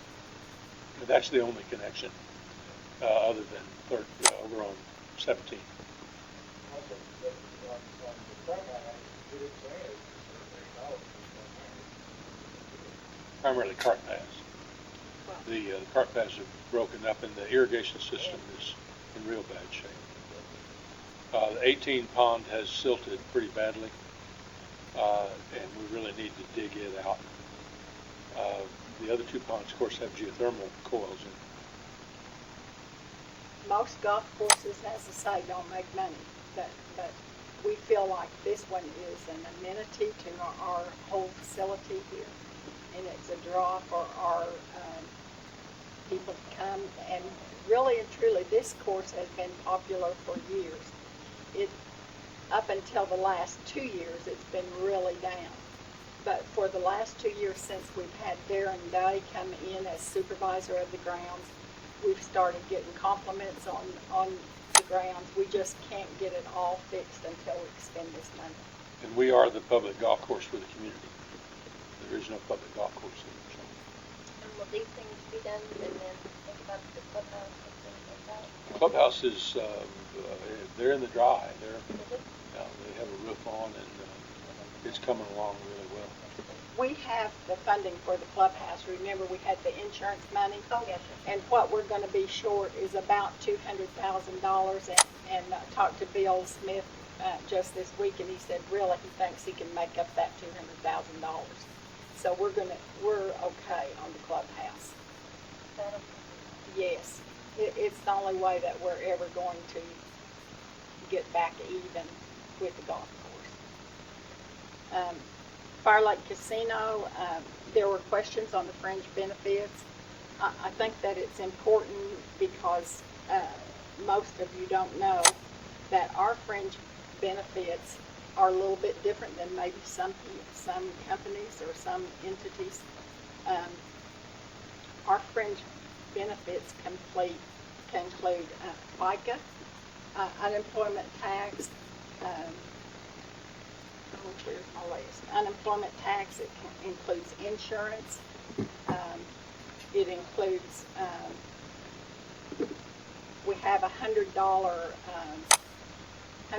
per child benefit to our daycare, and if you have children in the daycare, then that kicks in. So sometimes when you look at our benefits, especially for those people who make lower wages, the benefits are huge. They could be 56%.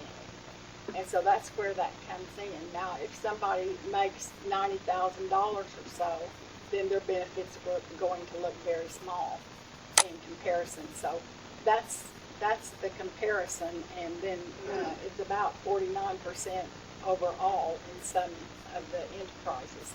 So that's why they look so high, the benefits do. Yes. In that area, what I noticed was in the hotel, concerned me was that payroll in the hotel was going down 40%. I'm trying to figure out I've got what's going on. I've got that too. What has happened to the payroll for this coming year is they have split some of the salaries. I talked to Paul this week, and he said that some of those salaries have been going to hotel, and now they're going to be split up between food and beverage and then one of the No, one of the other programs at the hotel. So they're splitting up. Oh, cutting personnel, we're not, that's what I didn't want to see. No. I'm hoping we're cutting personnel because I see the number of rooms and everything being the same. And I'm thinking, how can you cut personnel? You know, and I, okay, well, but if it's just a trade-off, that's fine. Those salaries are going to be charged to other programs, and it's about $500,000 difference. Lots of the legislators asked that question because the payroll was going down. The bowling center, there was a question about the benefits there. The bowling center, most people are part-time, so the benefit percentage is very low, and so I was asked that question.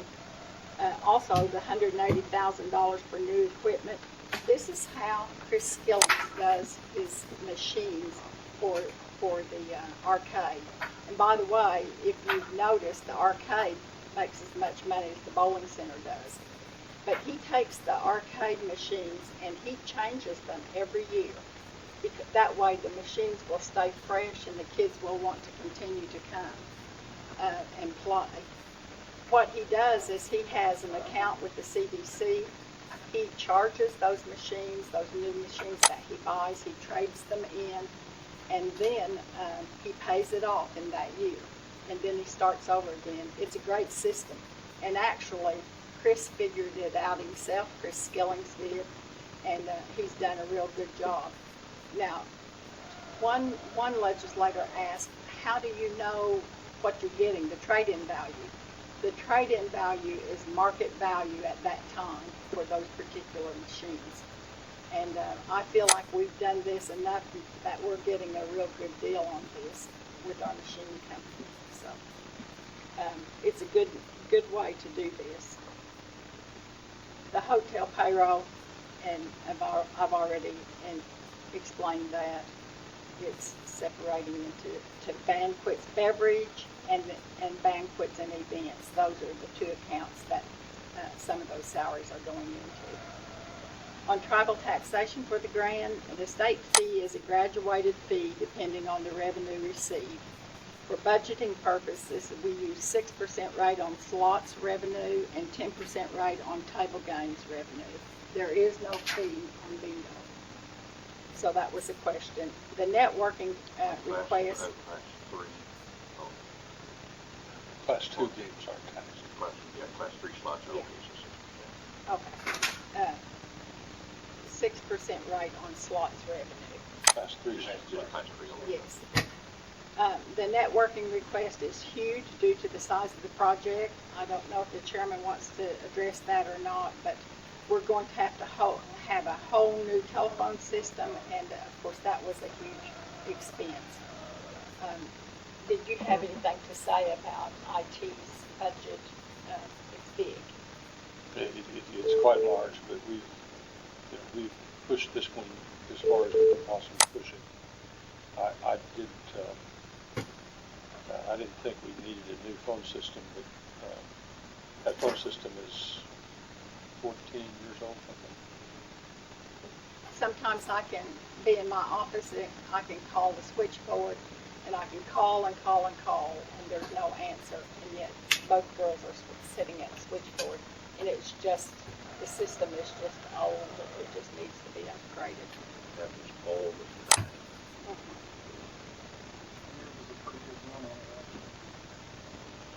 There was a question about the settlement fund. You know, we got $12,551,000 of settlement funds, of which $5 million was paid to St. Gregory's, $2.8 million was used internally for marketing, and the balance is $4,713,329.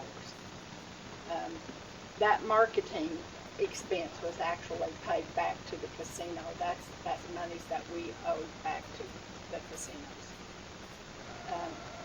Generally, the enterprises do not have cash for their capital projects. They borrow the money from the CDC, in the last few years. That's what we've been doing.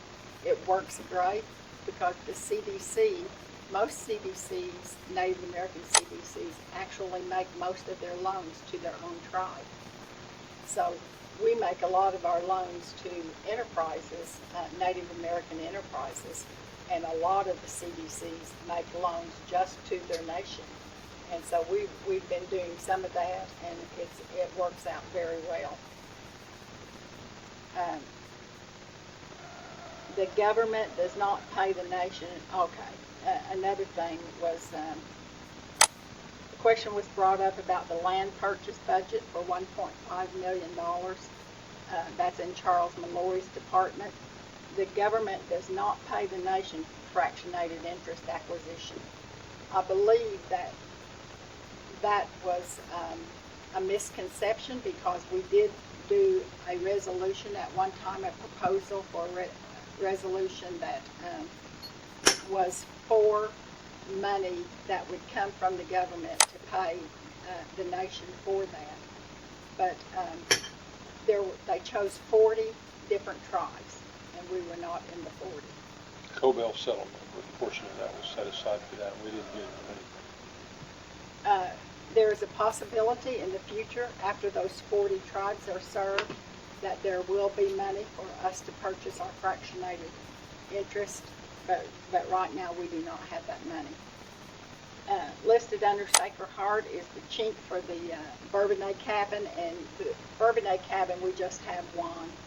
And we do some work at Sacred Heart from time to time.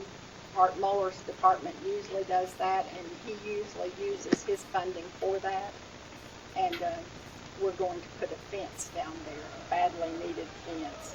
So the Bourbonnais cabin is going to get chinked, and then we're going to put a fence around Sacred Heart. That is my question, but it's hard to do it, Sacred Heart budget is going to change the revenue capital. That's why I was confused. Right. Because it was listed as Sacred Heart budget. We usually just put that cabin under Sacred Heart. We have been doing that for quite a few years. The BDC and Quail Ridge, there were quite a bit of questions about that, and Dwayne has a report that he's going to give on that. And Mrs. Capps? Yes.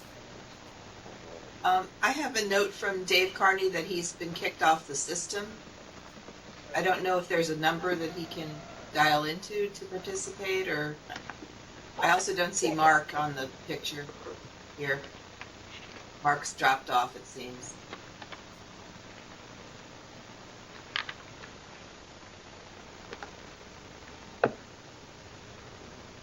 Oh, wow, we lost Mark too. Yeah. Thank you.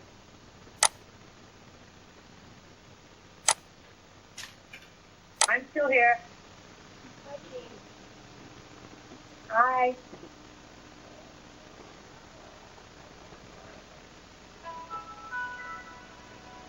And I can't get either one of them to come up. Okay. One of the things that we started to put in the IT budget was to replace this thing. And we are looking at several systems. There's one that's considerably less expensive, and but it's a laptop web-based system. And we probably, rather than try to fix or patch or replace this teleconferencing system, we'd be better using one of the cloud-based applications and going to like GoToMeeting or one of those.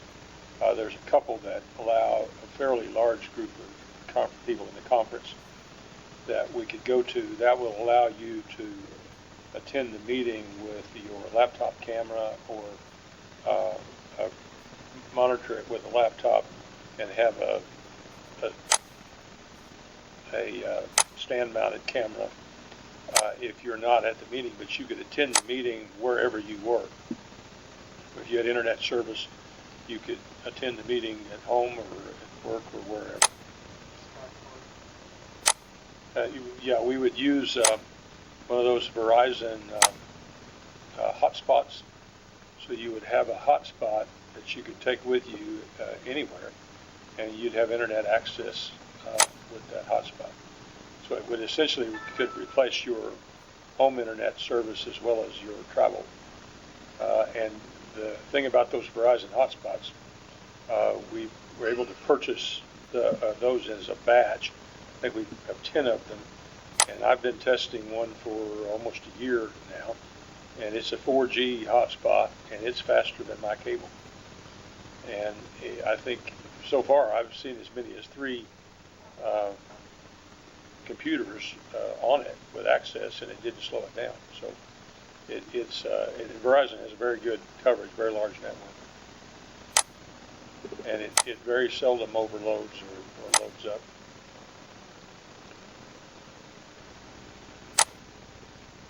Try it again.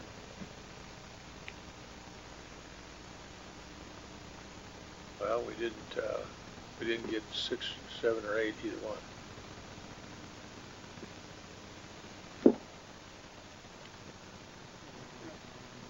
But sooner or later, we really need to deal with this thing because it has gotten progressively worse and slower. I'm not sure why, if it's because of our system or because of the internet service on the other end, or we're really not sure why it's doing what it's doing.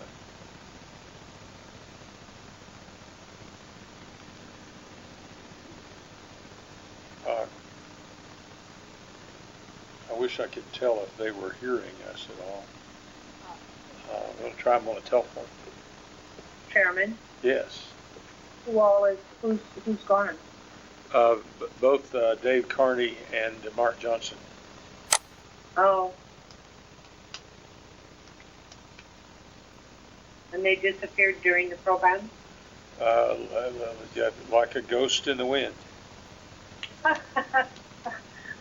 I'm still here.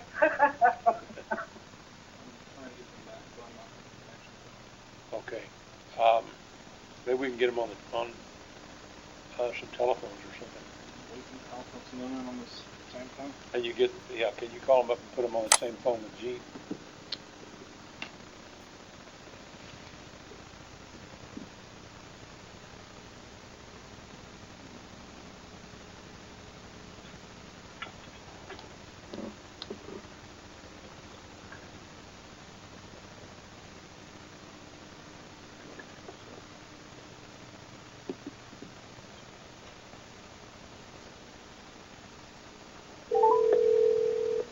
I think my phone only does 2 calls.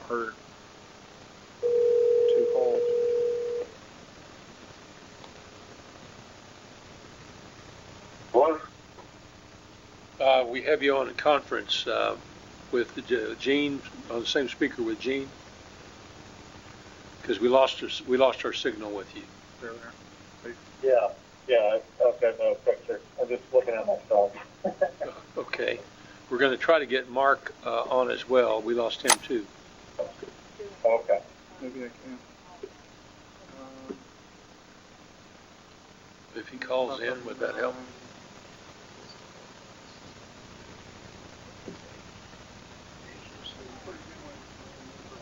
I think I can conference all of them in. If I can, it'll all show up on this one.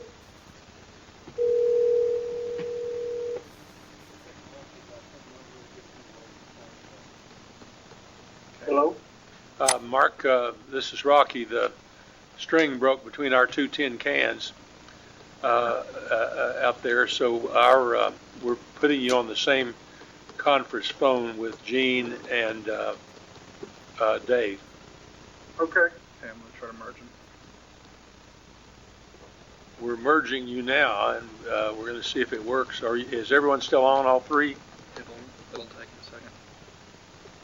All right, are all 3 of you there? Yes, we can hear you. Are you still on, Gene? I'm here. Oh, good. And Dave, are you still on? Yes, sir, I can hear you. Okay.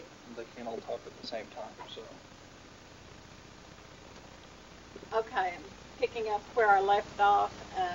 I had said that Dwayne's going to have a report on BDC and Quail Ridge, and that's when I finish with this. There were questions on the mini PUD, and we had talked about renovating the mini PUD. It would have cost about $500,000 or $600,000 to do that. There's one at Bricktown in Oklahoma City that is kind of an example of what we would try to do. However, we have discussed that since then, and I just don't think we're going to have the money this year.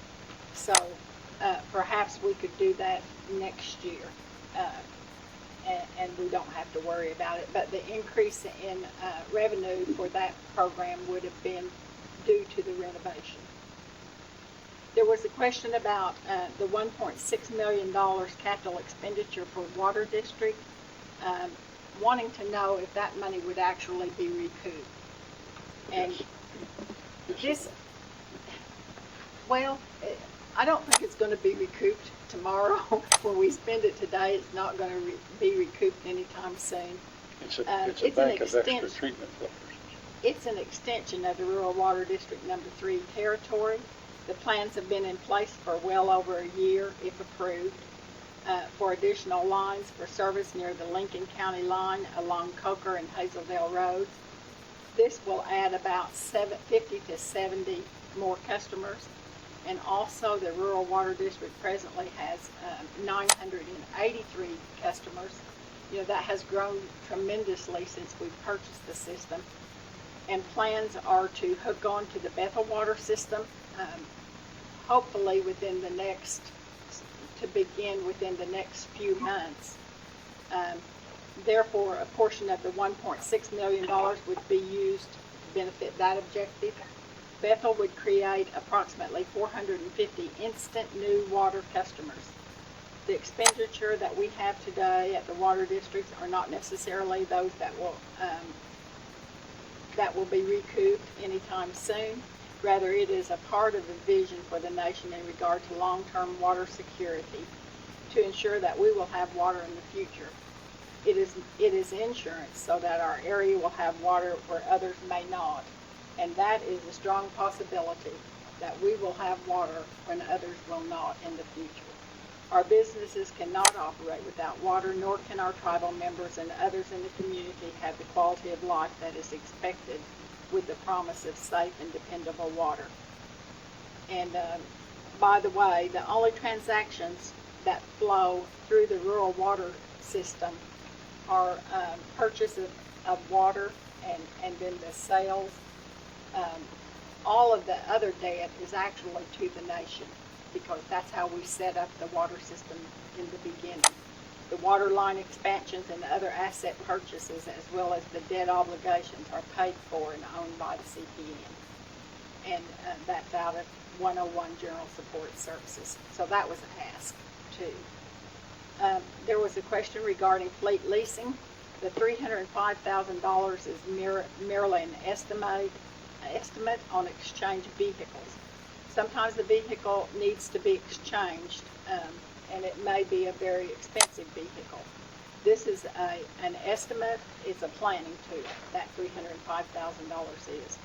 The handicap van will be supplied, because there was a question about the handicap van to the Citizen Potawatomi Nation Housing in Rossville. That van is going to either be a DRMO vehicle or a used vehicle from our transportation department. Someone was overheard at the festival, and I think this is a good comment, and I would like for everybody to know this. Someone was overheard asking if every employee at the nation has a vehicle. And you know what, that's quite funny. I don't have a vehicle. Of course, every employee does not have a vehicle. Those employees who drive their vehicles for the largest part of the day are supplied a vehicle by the nation. Most of the mechanical, electrical, and construction trade positions usually have access to a pickup. There are vehicles available to most of the enterprises and several vehicles available to the clinic and the Title VI program. With the amount of employees, 2,218 today, the nation has, and with facilities and locations being spread out all over a good portion of Potawatomi County, The nation does not have an abundance of vehicles. There are over 325 tags issued. So that means all kinds of vehicles like heavy equipment and the whole works, trailers, 325 tags issued. And more than 60 of those are issued for trailers, heavy equipment, and specific work vehicles. 263 are in circulation for use, and that's including the car pools that we have in different places where people don't drive those cars all the time, but they're available.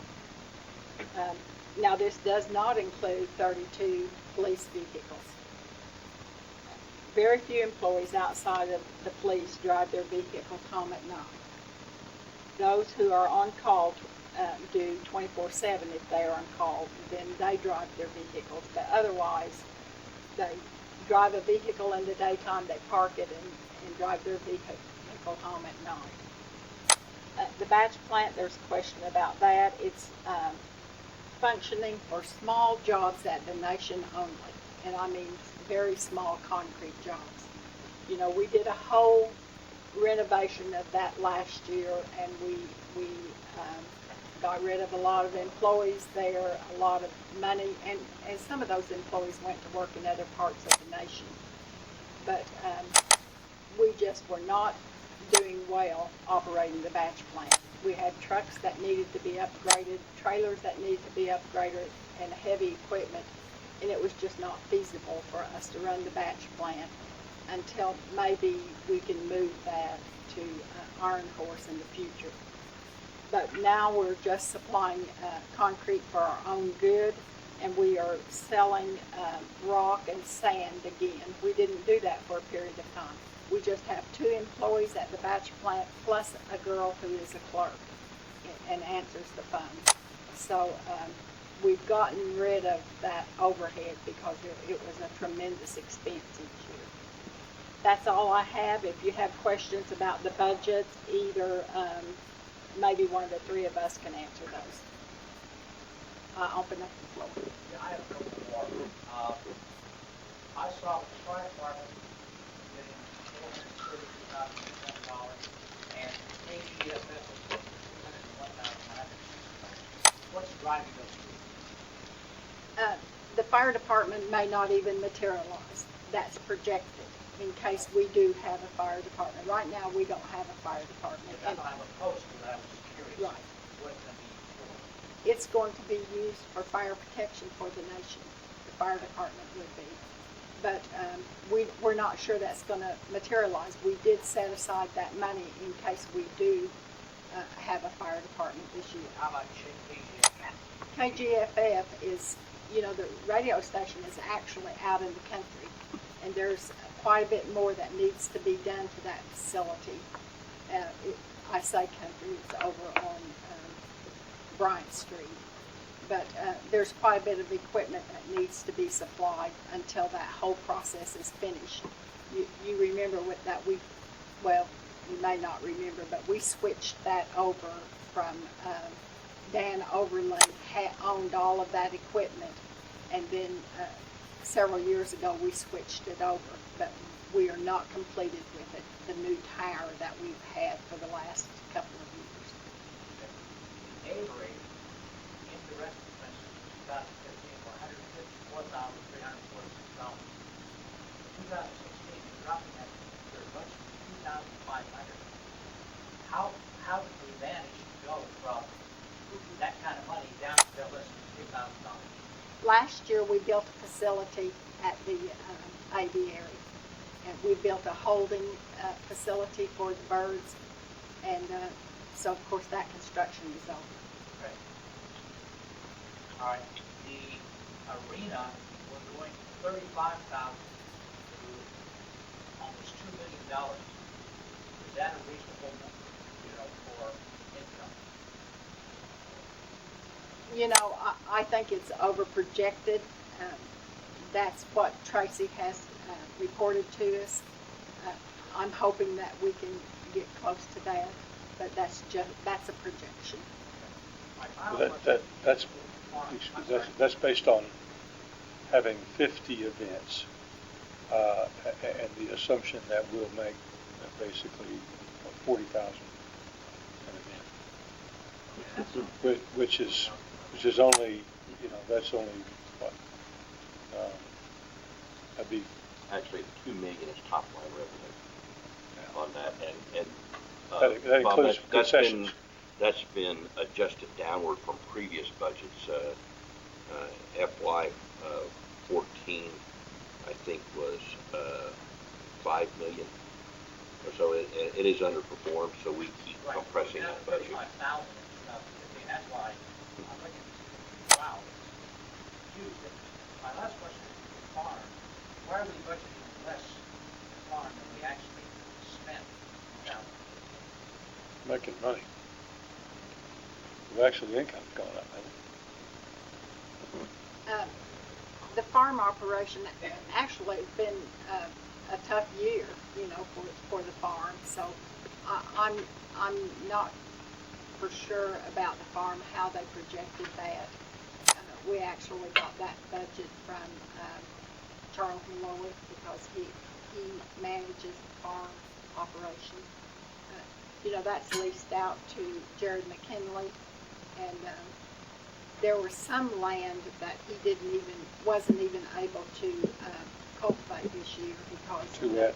of the The rain. reason I ask that is, sometimes they look at the farmer's almanac, although I'm not a farmer, I do know that they look at that in projection, and I thought maybe the forecast of the farmer's almanac for next year was going to show less income than we had in 2015. Do they use that as a basis? They might, the McKinleys might do that. It's predicted to be a wet winter, one of our wettest. That's all I have, thank you. We are looking at some other options for the farm too. We are looking at possibly doing away with the sod farm. So we are in negotiations with the McKinleys on that. Sure, a couple of questions on the Water District 3. Do we draw the water from the aquifer? Is that where we get the water from? The primary source is the Atoka water line, Oklahoma City, Atoka water line. We have 16 million gallon allocation, daily allocation on the Atoka water system. Then we have, So we're buying water from them and then reselling. that's right. We are making approximately $1, it'd be $1 per thousand. So in Bethel, what water system is going to be dislodged if we gain those customers? Bethel Acres is currently the most expensive water in the state of Oklahoma. They're paying $9.40 a thousand. Rural Water District 3 is $3.50, $3.70. That currently they're being supplied by the Pottawatomie County Development Authority, and what they're doing is reselling Shawnee water and almost more than doubling the price just to resell Shawnee water to them. And it's been, So we're going to hack off Shawnee again. well, no, Bethel Acres, after 25 years of being under PCDA, their agreement said at the end of 25 years they own the distribution system. And that was part of the original deal. That 25 years elapsed 2 years ago. And Shawnee didn't, Pottawatomie County Development Authority didn't do anything about it. And so Bethel Acres has sued them to take possession of the water distribution system, and they've asked us to operate it for them and supply them with water. We would add, as I said, approximately 4,500 new customers, which would be about a 50% increase of what we're doing now. We're actually, part of the budget is we're buying an extra bank of treatment filters for our system at Macomb in order to expand that facility, and we really actually need to buy an additional 5 acres for a clarifying pond. That plant sits on 5 acres. We need an additional 5 for another clarifying pond. We also pull from 4 big wells in the North Canadian Aquifer at McLeod, and that's piped to the water plant at the Grand. And then there are 2 water wells on premises that also feed that system at at Dale. And we are linking the Macomb plant to the Dale plant. We've almost completed that line of laying it down Fish Market Road and then coming back over to our tower at Pink to connect the two systems together so they feed each other. We're also cross-attached or hooked up to McLeod city system so that if we get a shortage of water or if they get a shortage of water, we can supply each other. Definitely the water we're buying from the Atoka system wells you're talking about. We own those We wells, own those. and they're very high value wells. I think the water thing is looking good. But that water is extremely hard. It has a lot of iron in it. And we have a reverse osmosis plant at Dale rather than a filtration plant. And we have a 20% rejection rate on total volume in that RO plant. Interestingly, that 20 is exactly the amount of evaporation that we have in the geothermal pond. So we've been taking the RO water, reject water, and putting it in the geothermal pond to cool the building. So we've managed to balance that out quite well. And that RO water, even though it's not drinking quality, does qualify as gray water, and we pull out of the geothermal pond through our gray water system to flush all the toilets at the hotel and at the casino. So, and then we just refilter that through the treatment plant and put the gray water back in the pond. So we're at zero discharge at the Grand. And if we do get excess water from stormwater, it is applied to those two irrigation pivots on the sod farm on the north side of the creek.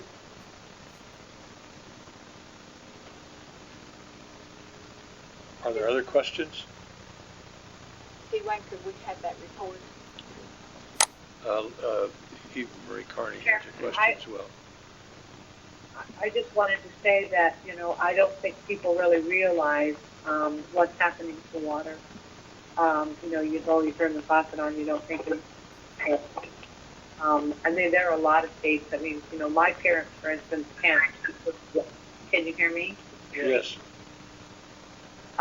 They can't even water these giant redwood trees that they have in their yard, or they'll be fined. They're really starting to regulate and cut down. And I know here in Arizona, I'm paying $100 a month to have water. And 10 years ago, I was paying $30.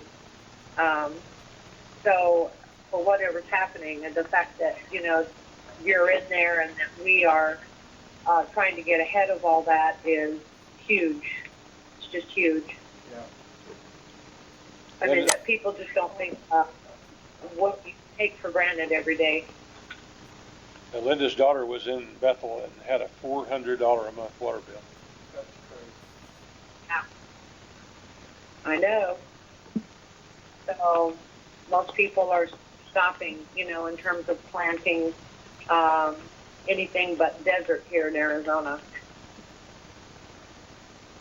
Mr. Chairman, in Texas, although we've had an abundance of water, our lakes were over, where they should have been and so forth. In spite of that, we still have some communities that are insisting that water be regulated and used very sparingly. In other words, they haven't looked at the restriction where you can only water once or twice a week. We still have that restriction in some communities. Tarrant County, I think, has a permanent rationing, don't they? They're trying to buy water from Oklahoma, and there's been a lawsuit about it. Are there any other questions? Ms. Carney? Thank you. When the budget came around, I had asked if we could possibly get some sense of perspective from the executive with respect to this budget. The fact is, we get a disc and it's great. We got it ahead of time. Just taking a look at the numbers doesn't really, at least, give me a perspective on whether this is a particularly bullish budget. It sounds, I appreciate Mrs. Capps' answers to questions, which sound to me like we're doing a bunch of catch up here. I would appreciate hearing the perspective of, sort of your characterization of this budget as just sort of trying to, sort of get by, or if it's aggressive in terms of spending on certain types of enterprises, if we're really increasing our expenditures on healthcare for citizens, or if, anyway, it's a sort of a broad question, but I just appreciate hearing a little bit more to get this in perspective before we vote on it. Who wants to be first, Dwayne or Linda? Or Well, I'd say that this budget is a little bit of a catch-up with some of our enterprises because we have not had the money in the past to do some of the things that we wanted. Actually, the bond money has afforded us an opportunity to do more in this budget with our enterprises. Whenever we look at the budget, the enterprises are what we zero in on because our government part is usually going to be close to the same. But it's the enterprises that are so important in our budget. They're the ones like the casinos, the ones that make the revenue for us, and that's where we basically get most of our revenue. The grocery stores is second, and all the other enterprises that we have termed enterprises basically do not carry themselves. And so when those have capital expenditures, they are going to have to borrow money. And in the past, it was money that the nation had to supply. It was determined on whether the nation had the money for them to actually do anything as far as capital expenditures. So this is an opportunity, and that $16 million in the bond money is built into our budget this year. And so that's why there's probably a little bit more difference in our expenditures for capital expenditures this year. I think this is a good budget. It's not out of the ordinary except for those few enterprises that we're going to improve on. Hopefully that will help us in the long run with all of our enterprises because we'll draw more people to the area, and of course when we do that, just like with our ball fields, that creates a lot of business for us. So hopefully it's going to be a good year. our biggest concern with, and I think we're fairly conservative on this budget, our biggest concern is really our litigation expense with the state. We're bumping $600,000 now of litigation that the state is fairly certain it's not going to win. They're just trying to use us as an example to the other tribes to force them to sign a sales tax compact. The governor's staff produced this compact without consulting the legislature, the Oklahoma legislature, and have coerced the Comanche, Kiowa, and Apache into signing it in order to obtain their McDonald's contract in the city of Lawton. The assistant counsel for the governor stated from the podium at the meeting of the United Tribes of Oklahoma, Kansas, and Texas that basically if you didn't sign this compact, you were going to get the same treatment to the other tribes. You can get the same treatment that the Potawatomis were getting. I asked the Secretary of State, Chris Benj, who was at the meeting, if there wasn't any possible compromise, and he said that the governor viewed it as a zero-sum game, that anything we get costs the state, that there isn't any such thing as a rising tide lifts all boats. So what's going on now is they're relatively certain that they won't prevail if it goes to the United States Supreme Court, and they know that the Hearth Act is a clear statement of the intent of Congress. on not taxing commerce on Indian land, but they're going to run our expenses up just to try to scare the other tribes into doing it because they know the other tribes can't afford the litigation expense. So we're caught up in a tough situation. I think we'll ultimately prevail, but it's going to cost us probably $1.5 million before we're over. And we did include a provision in the budget for that. I might add that the insurance for our employees, as I say, we have 2,218 employees. And we have always provided the insurance for our employees. And then if they have to have additional family members on the plan, then they have to pay for that outside of the directors. If you are a director, that is one benefit you get. You get your family paid for, your insurance paid for. But this year, in 2016, we are going to have to actually charge our employees $80 a month for their insurance. It's not that we wanted to do that, but it's that our insurance is so tremendous. We've had such tremendous hits this past year on the insurance with catastrophic events in families like cancer and other diseases. And so we are going to have to charge our employees. That might be something that you legislators hear about, because last year we charged them $40 a month for the first time ever, but this time we have to increase it to $80 a month. Mr. Chairman, so in the lawsuit, there's no mechanism there for us to recoup attorney fees if we win? No, the state, of course, will take sovereign immunity if they're sued for the damages, and the court, as a rule, the court hasn't in the past ever awarded attorney fees. We'll certainly pray for it, but right now they have us in a situation where they're trying to take our liquor license away at the casino to force us to collect taxes for them at our grocery store. And all this litigation we've been in to date has been about trying to get the arbitration process under the gaming compact to cover our liquor license at the casino. And we've spent an awful lot of money just trying to get through this arbitration process on the casino versus the issue at the grocery store. Sadly, this money really hasn't been about litigating the issue of whether we're taxable.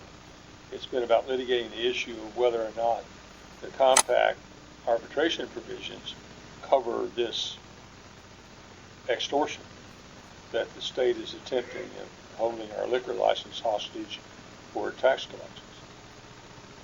And of course, we take the position the state can't do those kinds of things where they announced at the meeting of the United Tribes that if any business locates on an Indian reservation, they're going to go after the branches of that business that are off reservation to collect those taxes. And that's purely against the law. That's a violation of the Hearth Act outright. And the governor's office couldn't be more aggressive.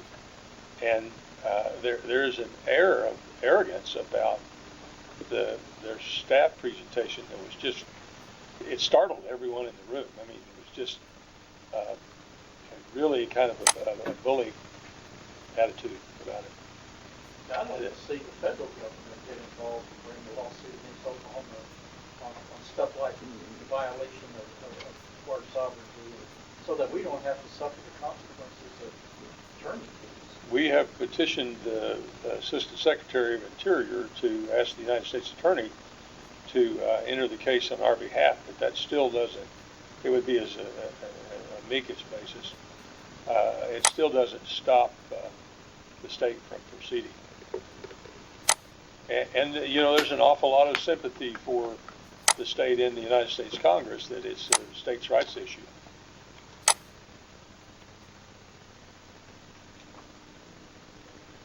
And unfortunately, that's probably the belief of the majority of our congressional delegation.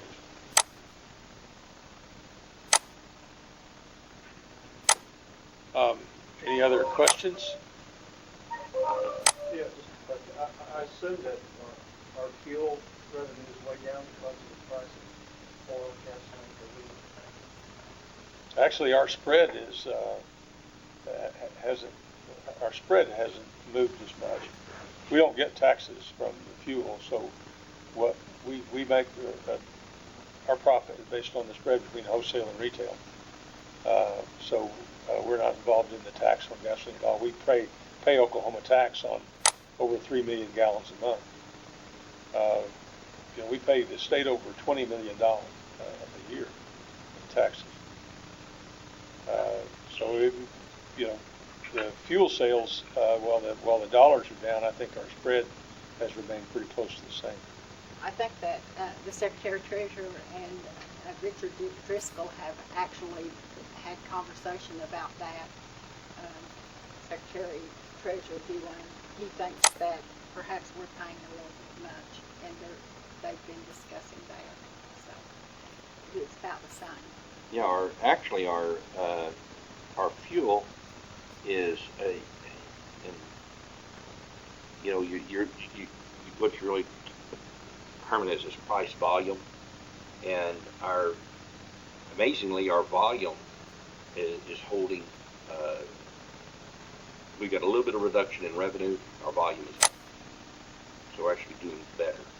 But our spread on, I believe it's on Credit card diesel or gasoline. I can't remember. I apologize. I think it's diesel. Our spread is better than it's ever been, and that's what Richard and I were discussing. The gasoline spread is still too narrow. One of the problems we have is that the specialized trucker credit cards, they charge 4 or 5 times what MasterCard, Visa, American Express charge. And those have been, our credit card expenses just staggering. But you can't get the business without it. And we're considering putting in a cash price discount in order to try to make that up, to offer a lower price if people will pay cash. I think there's another big station being built on Center Road in I-40. A lot of competition out there on I-40. Chairman, is there a state income tax in the state of Oklahoma? Yes. All right. Let's presume that we had to go out of business. What would be the trade-off costs in loss of state income tax to the state versus the amount of sales tax they're looking to gain with all of this? I mean, there's got to be some trade-off there that we can come back and make a major statement saying you want to jeopardize this to get this. Well, we've done that, actually. We've made a good case that the money doesn't go from us to the state. The money just goes away. That's my point. That's the point. It'll cost, if they win this suit at the grocery stores, it'll cost us 400 jobs. Okay, and then what does that cost to the state in their loss of income tax? Well, on a 5 times multiplier, which is what Right. most communities use to gauge, what revenue a payroll brings to a community, it turns 5 times before it leaves. It's astronomical what the state loses if they prevail in this argument. And it's really not, what they're really trying to do is to force us to sign this sales tax agreement. And the Comanches signed an agreement that says they get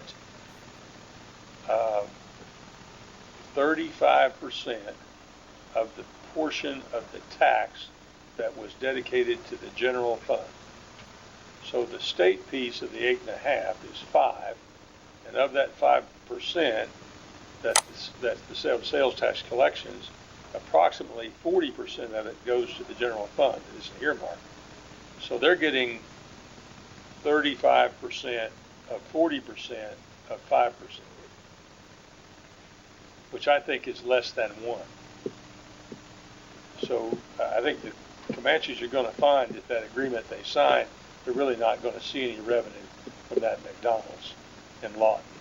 It's just going to be a traffic builder. Of course, there are no other businesses on that land for which that traffic would lend itself.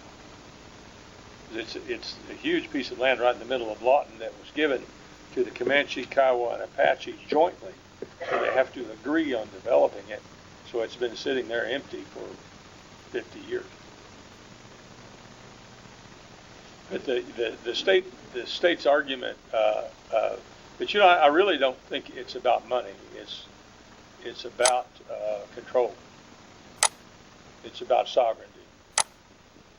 I think it's a pretty emotional issue, I think, for the governor and her staff.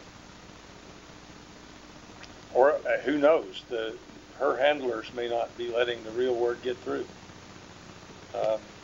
We're trying to get through that impenetrable barrier that they build around her, and good luck with that. I mean, she is very shielded by her staff. She is. Could we go after her civilly on a discriminatory basis? It's a two-edged sword when you start doing ex parte Young legal actions where you're trying to take the position that she's acting outside of her authority as an elected official. That works both ways. If they could make that claim against me, and I can make that claim against her. And they're using our money to sue us. We had that $20 million back. I offered to the Secretary of State that we would trade collecting taxes for the state for our share of the taxes that Potawatomi spend in Oklahoma. And he didn't want to hear that. Which I think is only fair. I take 3.5% of the total Potawatomi purchases in the state of Oklahoma. They work out pretty well. But the whole business of the state claiming that they are entitled to Indian commerce is really a violation of the state constitution. The state is really outside of its constitutional authority, and I think we have a fairly good case, and so do our attorneys, to make a challenge to the state on constitutional grounds, that what they're doing is a violation of the Enabling Act that created the state, and it's a violation of the state constitution. The other thing is, if we can hunt her down for 3 years, she's gone. Well, at the pace that this litigation is going, it's going to take more than 3 years. The only problem is that we're getting hit for $500,000 every 6 months in attorney fees.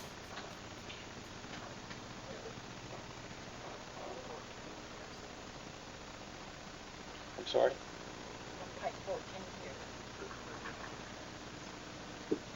Oh, that's true. Well,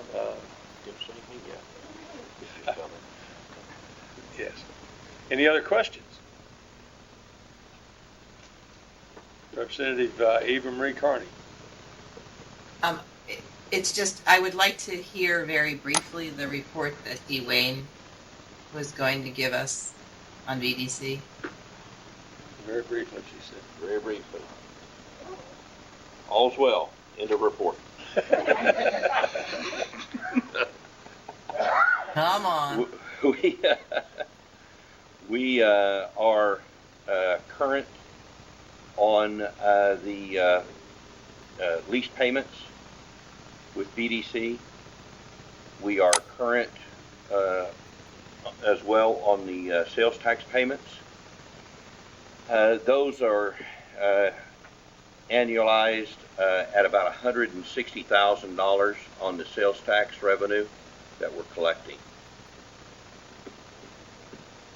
So it's performing, in short.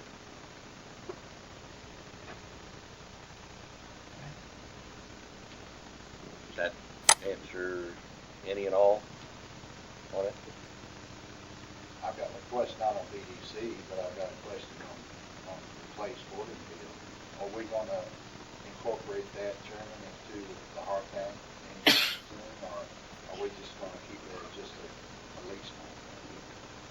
I would prefer to keep it on a month-to-month. Instead of going. At one time, you thought that'd be the second hardback that we would do. Yeah, at this point, I'm really not inclined that way because the Hearth Act really puts us on too long a timeline. 25 years with 25-year renewals. I agree with you. Yeah. I think when Dave retires, I think that we're going to have to take that business over. And I really wouldn't want to have the Hearth Act that he sold.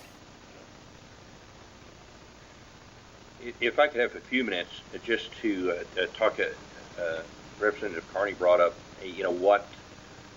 how he felt about the budget in general. And, we've got a budget. It's always the situation is that there are many more requests for expenditures than we can pay for. We started at this budget meeting, I believe, at $23 million. Linda, Down. we were short $23 million in requests, which is the most it's ever been. So that's not a good starting point. As we've talked about, we've had some revenue collections with settlement funds and things of that nature. You've heard about the bond monies through the CDC that have been talked up. Essentially, we've pared back the budget as best we can to get some necessity. Some of these things have just been put off year after year after year that we have diminishing returns if we don't do something. So some of it is definitely warranted. I always think it's a slippery slope when you start financing things in a budget. You're borrowing money to make your budget, and that's where we are for this budget, to the tune of $5.6 million. I think we have to be very careful about that. Now, a budget is a budget, and just because it's in this budget, that doesn't mean we spend it, and we have an excellent track record of managing to cash.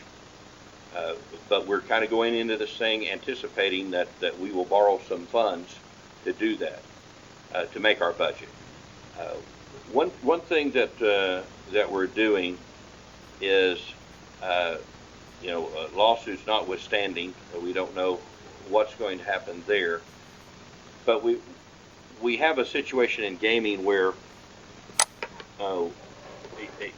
our gaming has actually rebounded a little bit, and we're doing better than we have in past years. So if you're looking at your budget, you'll see that profits available in gaming and the Travel Plaza show $22 million, and the uses for that, we're only drawing $14 million out of that. And the reason that we do that is because of our covenants with the banking. And so we're negotiating with the bank, and it's Capital One is the lead bank. We have a fixed charge coverage ratio and a leverage ratio and an EBITDA ratio. The EBITDA ratio is not in play here. It's the other two. I'm not going to get into the mathematics of it all, but really what happens is we end up, current pace is we throw off about $8 million a year in cash that we cannot touch. And it just builds in the gaming checking account, essentially. So we've gone back to Capital One. We've got a first draft. The first draft is kind of a neutral position, quite honestly. It's not necessarily, they're not getting anything from us and we're not getting anything from them either. But it would allow a $10 million drawdown. We're setting on about 23, 24 million in cash. And we don't need that much. We'd like to keep 11 or 12 million on hand, so we can draw this money down very easily in a one-time use. That will enable us to do some of these things with our own money and not leverage ourselves. So that's a good thing. One of the things you look kind of forward thinking. We're paying nearly $9 million a year in loan payments at gaming. It's a short-term loan, relatively speaking. So when that's over, that money does flow to the nation, plus the 22 million. So there's about $30 million, and it's, I hesitate to say better days are coming, because it seems like we always find something else that we need to invest in, and to a certain extent, that's really what we should be doing. Because if we stay static with our income, we actually lose ground because of our population growth. So there are positive signs. This is kind of I wish we didn't have to borrow money. If we choose to renegotiate the gaming loan, we won't have to. But there are also reasons to do it through the CDC, since they have qualified for it. We're borrowing it from ourselves, so we're kind of paying ourselves to it. It's just what pockets it in. So that's kind of how I view the current budget. If that makes sense to you. Thank you. How successful, Dwayne, do you think that renegotiating Chapter 1? Are we thinking 50-50, or are you thinking it's higher than that? Oh, the probability? Yeah. We could sign it today and be fine. We have their offer.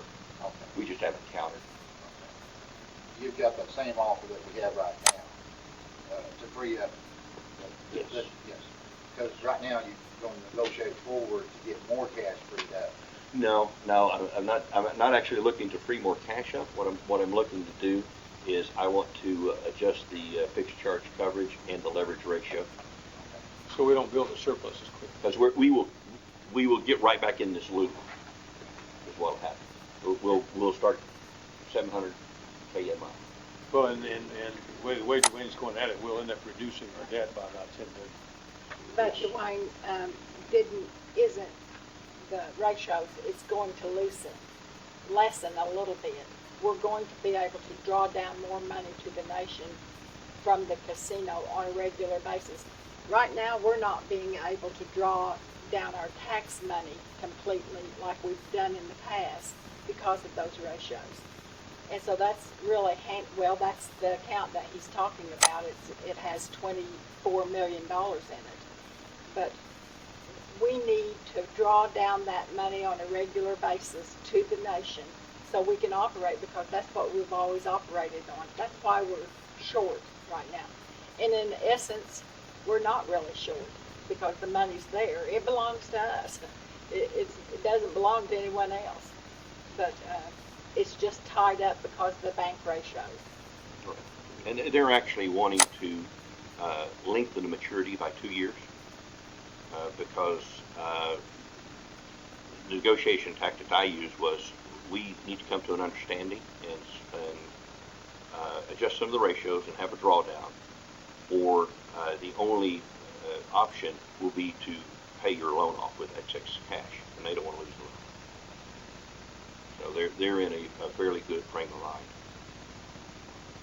mind. They certainly don't have any risk. No, we actually have participant banks, and in this negotiation, not by our request but by theirs, they want to pull all the participants out and finance it 100%. And we're talking about 54 million. Are there any other questions?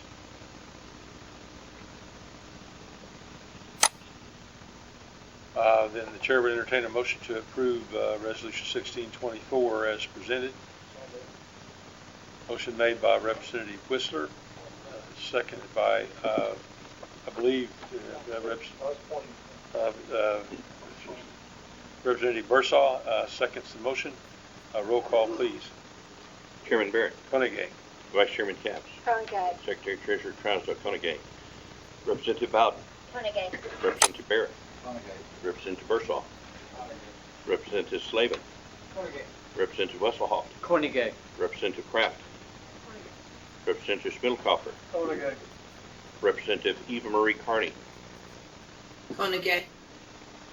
Representative Whistler, Representative Lambert, Koenig. Representative Payne, Koenig. Representative Johnson, Koenig. Representative Dave Carney, Koenig. 16 in favor, 0 opposed. 16 in favor, 0 opposed. It is approved. Is there any other business before the legislature? I'd like for us to temporarily go into executive session for a moment. We'll go into executive session, and let me get with Chris to work on the equipment here. Right, so.